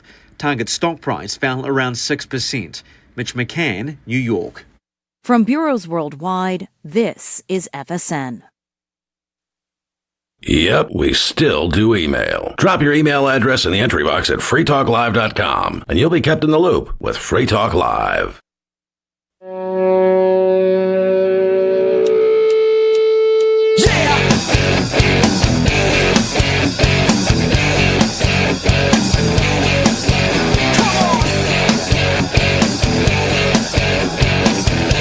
It is Free Talk Live. 603-283-6160. There's still time to get on the air. Tell us what is on your mind, what you've been thinking about. And we already have one caller queued up. I've got to wait a moment for the delay. Actually, I could take her because I am fairly confident that Sarah from New Mexico never curses. Sarah, you're on Free Talk Live. Oh, yeah, it's wonderful to talk with you. And so I did sign the petition for Which? Mayor Keller. So I'm really proud of that. And he also got the $5 for the public financing. For who was and this? I gave him, yes? Who was it?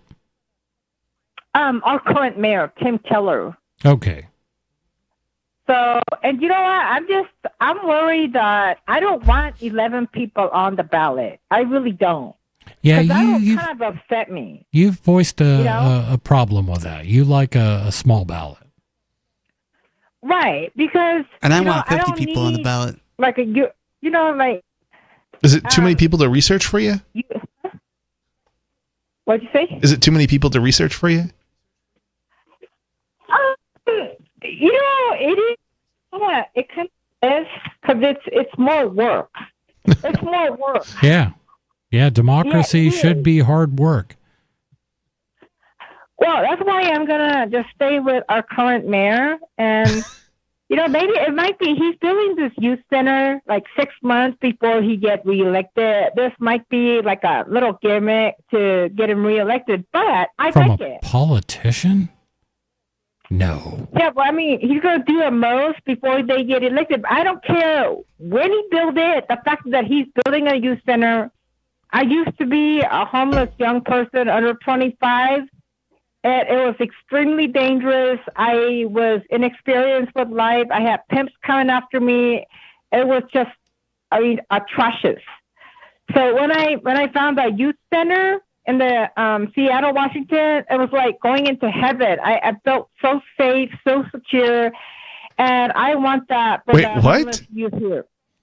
This was before you ended up in Albuquerque, correct?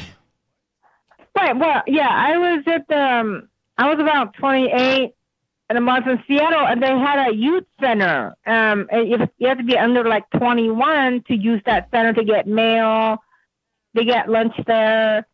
But it was such a safe environment. So, you know. So wait, you were using this when you were 28?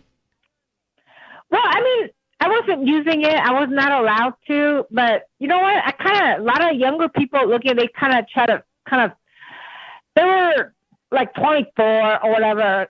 And they say, I really didn't use it. But you hung out there. I found out what it was about. Okay. And why would it make you feel safe if you weren't even the one using it? Could you visit or? It just felt when I was there, it just felt like it was only for the young people. So it felt like a safer environment. You felt it was a good program. Yes. So I think this youth program, they do have a youth shelter, but probably like 10 beds for guys, 10 beds for women, and that's it. And everybody else just sleeps out on the sidewalk. And so he was building a bigger building for under 25. And I'm impressed. What's he doing? What's he talking about to address the issue with kids on the street in the first place? Well, I guess he just wants to help them, and by building the center, Is he offering them a path towards gainful employment? Are you sure he hasn't just criminalized it? well, I mean, these kind of centers, he learned that it's best to have all of the programs they're there to sleep, take a shower, and eat. So you have all the drug counselors, the social workers, the employment service, everybody there to help them out at that place instead of running them around. All right. So, Is this all funded by charities and donations, or? I think it's a city project. So I think this is city funded. I guess they could take private donations, I suppose. I don't know. Yeah, but the bulk of it comes from tax dollars taken from everyone, I assume. Is that correct? Oh, yes. Well, I mean, but do you want the tax dollar to be used for what? Do you think that's a better spending? 50% of our No, better spending would be getting people gainfully employed. Well, better spending would be not taking the money from people in the first place. Right, because then it would be more efficiently spent by people through charitable means, and there would be some level of accountability that we are lacking with the government solution. Yeah, and I know you don't always see eye to eye with us on that point, but I do believe that people would fund something like what you describe. If people weren't taxed to death and had more disposable income, I'm certain you could raise enough money by having, galas and free concert or concerts to raise money or whatever. Right, spaghetti dinners and stuff like that would easily cover all these costs. I just I get frustrated by people seeing a problem and then believe that tax dollars is the only possible solution. Yeah, something is a great opportunity to bring up the 100. I think it's 100 nights. Yeah, 100 nights in Keene. 100 nights in Keene. Is charity based, and they take cryptocurrency actually. So if you check it out, you can make a donation. And you don't have to be a local to make a contribution there. But it's one of the organizations that I have made contributions to many times, and I know a lot of people in our community have as well. Ian, actually, he was brought up at the Ian's trial. Yeah. So. Yeah, that's my whole thing. I love what you're talking about, and I really like the fact that this whole program seems to be more focused on the health, on getting these kids healthy and trying to provide them with a path to becoming productive members of society. I applaud the purpose. I just disagree with the funding. Does that make sense? Well, Well, the solution to the funding, not the funding itself. Right. Well, the thing is, even the nonprofits, the churches that we were talking about, they qualify for these religious halfway homes. The grants are actually coming from federal tax dollars. Sometimes if they choose to take them, yeah. So then you're talking about all these church charities. Even they get tax dollar subsidies. And they shouldn't. So this was not always the case. I'm old. I'm like 300 years old. You know that, right, Sarah? I grew up in a time when people were not taxed near the levels that people are taxed now. And doctors took care of people who needed help without expectation of money. That happened in my hometown. Wait, you're not that old, are you? Well, I'm older than dirt. But dude, you can't be older than 50, right? Oh, please. What I was trying to say was people were much more charitable than they are now. Charitable giving dropped off when the government started taking money from people at higher levels and promising to do something for them. We will take care of all these things. You don't have to worry about it. We'll cover it. Well, you talk about these private people should pay for out of their own pocket, but if they have money, what people look at all these people that have student debt, and now Trump wants them to pay money, or they're All going to subsidized by the government.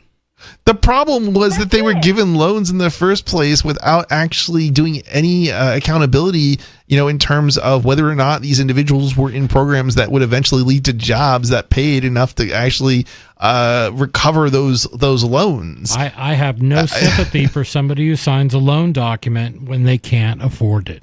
The issue isn't the private industry would have covered these loans if only they had done accountability, and if they hadn't done their homework, basically, then they would be out of business, because obviously if you issue bad loans and you can't recoup the money after the person graduates, you go out of business, right?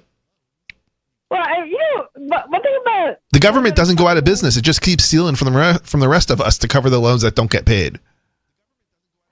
Well, I don't know about that, but at least I had testimonies of Cece. She's a school teacher now. And with the Bidens, when he was president, he helped her. I heard about these. He wiped her out of the debt. She was paying like $1,000 a month, and they reduced it to $500 thanks to this new program. Yeah. In a year, she winds up paying off the debt, and then he paid off the other part of it. But her schooling was for education to become a teacher, and she is a teacher, so she was employed in that department. I don't know about the criteria, but all of her student loan was paid off. Yeah. And then by you, Chris. Yeah. By me. This is the problem. These people should not have had their student educations funded by the government, especially teachers, because we have a glut of teachers. If you look at the population graph, we have fewer students today in school than we had yesteryear, and we knew this was coming, and yet we still continued to loan out money to wannabe teachers that should never have become teachers, because now we have too many teachers that we have to pay, and you can't fire teachers. So therefore, should never have happened. You know where we should have spent that money if we're going to be forced to spend this money, as taxpayers? It should have been on graduating more medical students, because you know what we're short of? Doctors. You want to know why we're short of them? Well, in part because they actually artificially reduced the number of people who could graduate. Sure. But also because we have an increasing number of elderly people. Yes. Why do we have an increasing number of elderly people?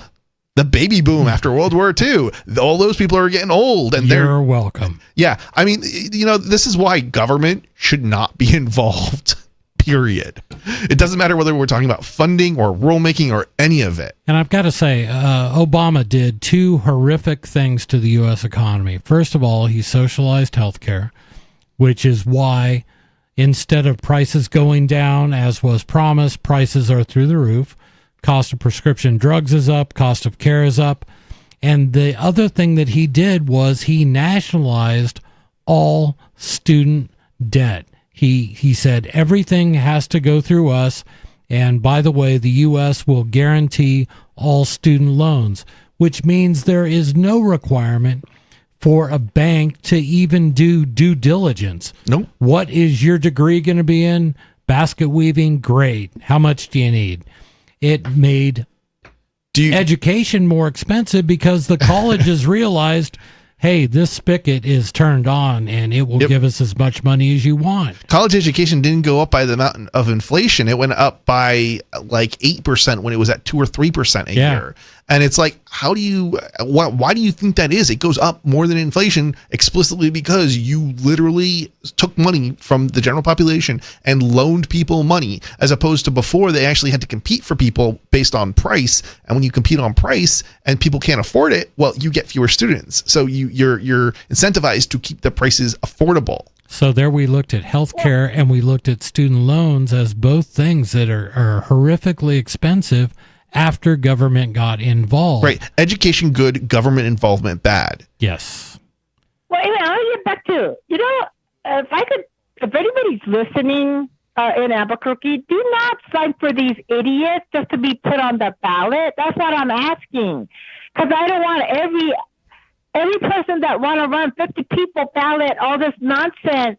Do you think she's an AI? It's very confusing. If there's anybody listening, sign for the people that think that they could do a job. It's got some kind of sense. There's people that believe, oh, you know, I'll put you on the ballot. I'll just sign. It's like a broken record. Well, she's upset about this, and I get it, Sarah. But aren't there rules? Aren't there rules in your city charter and your whatever passes for a constitution? Didn't the voters signatures, and they give you 2 months to get it from Albuquerque registered voters. That's the little net. right? So if you're an idiot, I hope people don't sign for you, because I don't want you, if you're not qualified to be on the ballot. And there's people that believe, oh, I'll just sign so that you could be on the ballot. We could decide not to vote for you at that time. I don't like that. I really don't. I know you don't, but personally, I like the idea of a full slate of characters I can go through and see if I like any of them. It is more work. I admit that. And if I don't know somebody personally, I just don't vote for them. And if there's nobody running who I personally know, I'm not going to vote for them. I think we need a new system of government, and it's not based around democracy. It's not based around a dictatorship. It's based around random numbers. And basically, you take everybody in the population. It doesn't matter their age, doesn't matter their gender, doesn't matter their immigration status. Every single person, and then you simply randomly select them. So if they're 8 months old, no problem. I'm fine. You can make them president if they're selected. If they're 92 years old, president if they're selected. If they're 13, no problem. Ladies and gentlemen, the President of the United States, Sarah from New Mexico. I think we would literally have a better solution than democracy. But only one term. I'm definitely limit it to one term. Damage. Cool. So here's the thing: is that if it was just only narrowed down to 3 candidates, if anybody gets 51%, they get it. They get to win the election. If they got 8 to 11 people, they have to vote again, and it's just taxing. So are you working on changing this? When are you running for office, Sarah? Everybody wants me to run for office. Well, do that. Yeah, you should run for office. Well, if you're passionate, you should run. Right, you're the most passionate person I know. From Albuquerque, New Mexico. I mean, why not run? Yeah, I don't know. You know what? Martin Heinrich used to be a city councilor. He used to be my city councilor district. Okay. If I one of the candidates to be vice president, so he could have wound up being a president. Sarah, after he became a Congress. Sarah, if I lived in Albuquerque, New Mexico, and you ran, I would absolutely vote for you. See, you've got one. You've got one vote already. You're the only person I would vote for on the left. I honestly, I'm sorry, but everybody else, no. I will vote for you. I would too, Sarah. I would too. So you got 3 votes, Sarah. You got 3 votes from libertarians. That don't count. Yeah, well, that might be, but... Right, but it's a thought. Yeah. But it's amazing. I've been telling people are acclimated to voting 2 times. It's like this is standard procedure, the runoff. They know they have to vote 2 times, and they do it. So the people that are serious, they think that they have to vote 2 times. But I think if I had to vote once, the first time, narrowing it down to the last 2 is more important. And have, maybe I could, that is more important than voting it that when there's the last 2 people. So who makes those rules? Was it a referendum? Did everybody vote for this? Was it a city council? Was it something like that? I have no idea, because they got into a situation where they had 3 candidates, and what happened is that this is Albuquerque is a Democratic city, and the Republican got in because he had all of the Republican, but he did not get 51%, but he got the most votes, and that's the way it was before. So he ended up getting in, and the other 2 candidates, the Democrats split the vote. So they have this new policy.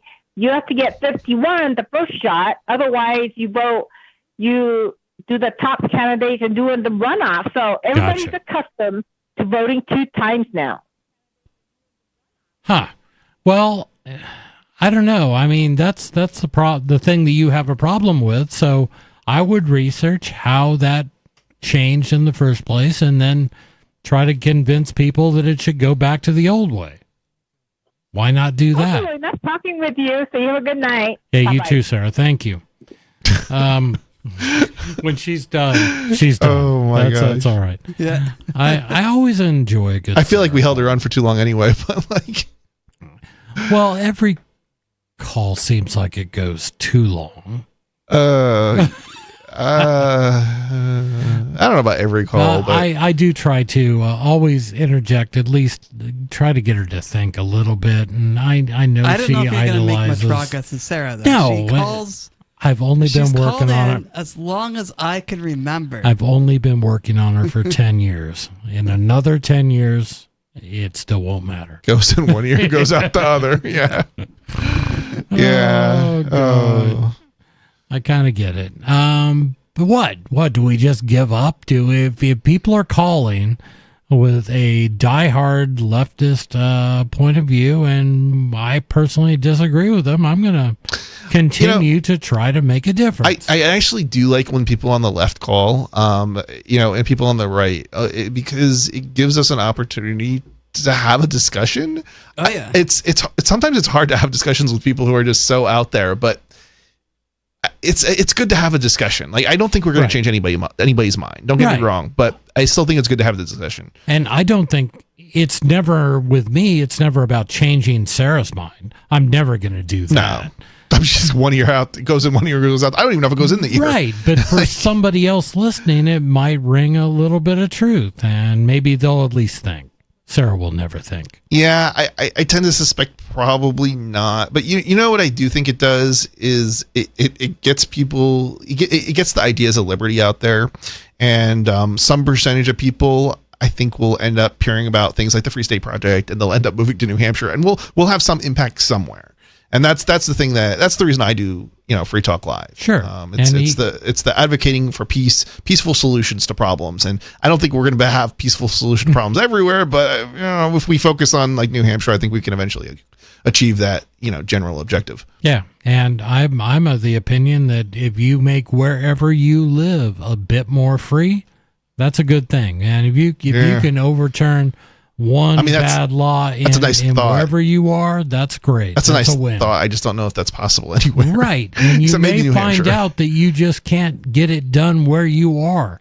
Right. That you're just beating your head against a wall. Well, I if you come here, you'll have people on your side. I see it every day. I mean, all right, that's a little bit over the top, but I see it a lot. So actually, it's a great time to bring up in our 2 minutes that we got left.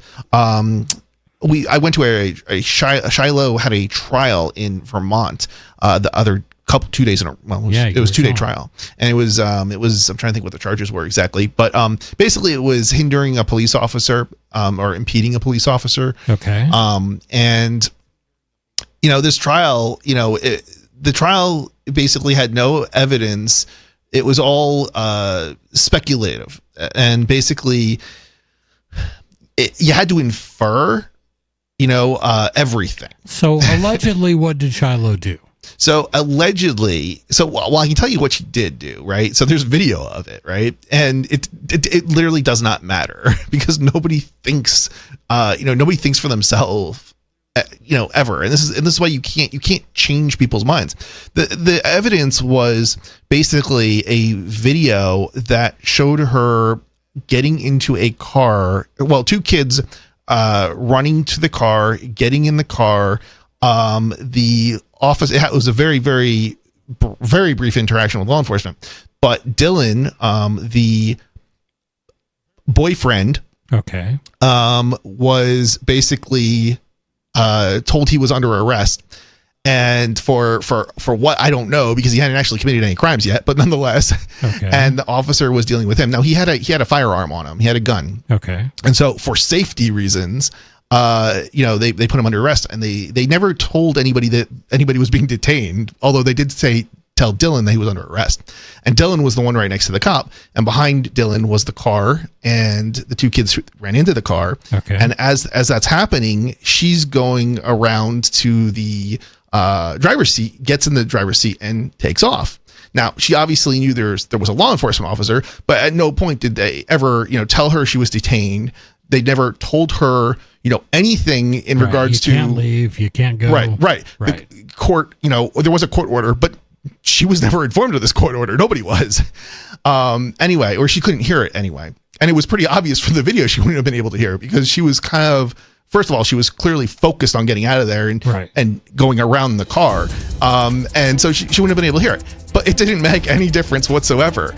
She should have known, basically, is what they argued, because of various law enforcement attempts to reach out. But they said, no, we don't want to talk to you every single time. And so somehow, this is impeding an officer, even though there was no knowledge that she was helping the kids get away or something. And the kids were in the court. One of the kids was at least in the court order to show up in court, and they were. Some of you have wanted to support Free Talk Live's mission on a monthly basis, but don't want to support Patreon. Now we have an alternative that also helps our premier streaming platform, Odyssey. Visit video.freetalklive.com and click join at the top of the channel. You can subscribe for $5 per month, and unlike other subscription services, Odyssey adds their processing fee on top, so it'll cost a little over $5 per month, but Free Talk Live will receive the entire amount you pledged. Higher donation tiers are available if you're feeling so inspired. You'll get a special membership badge that's visible in the Odyssey chat room, and if we get enough support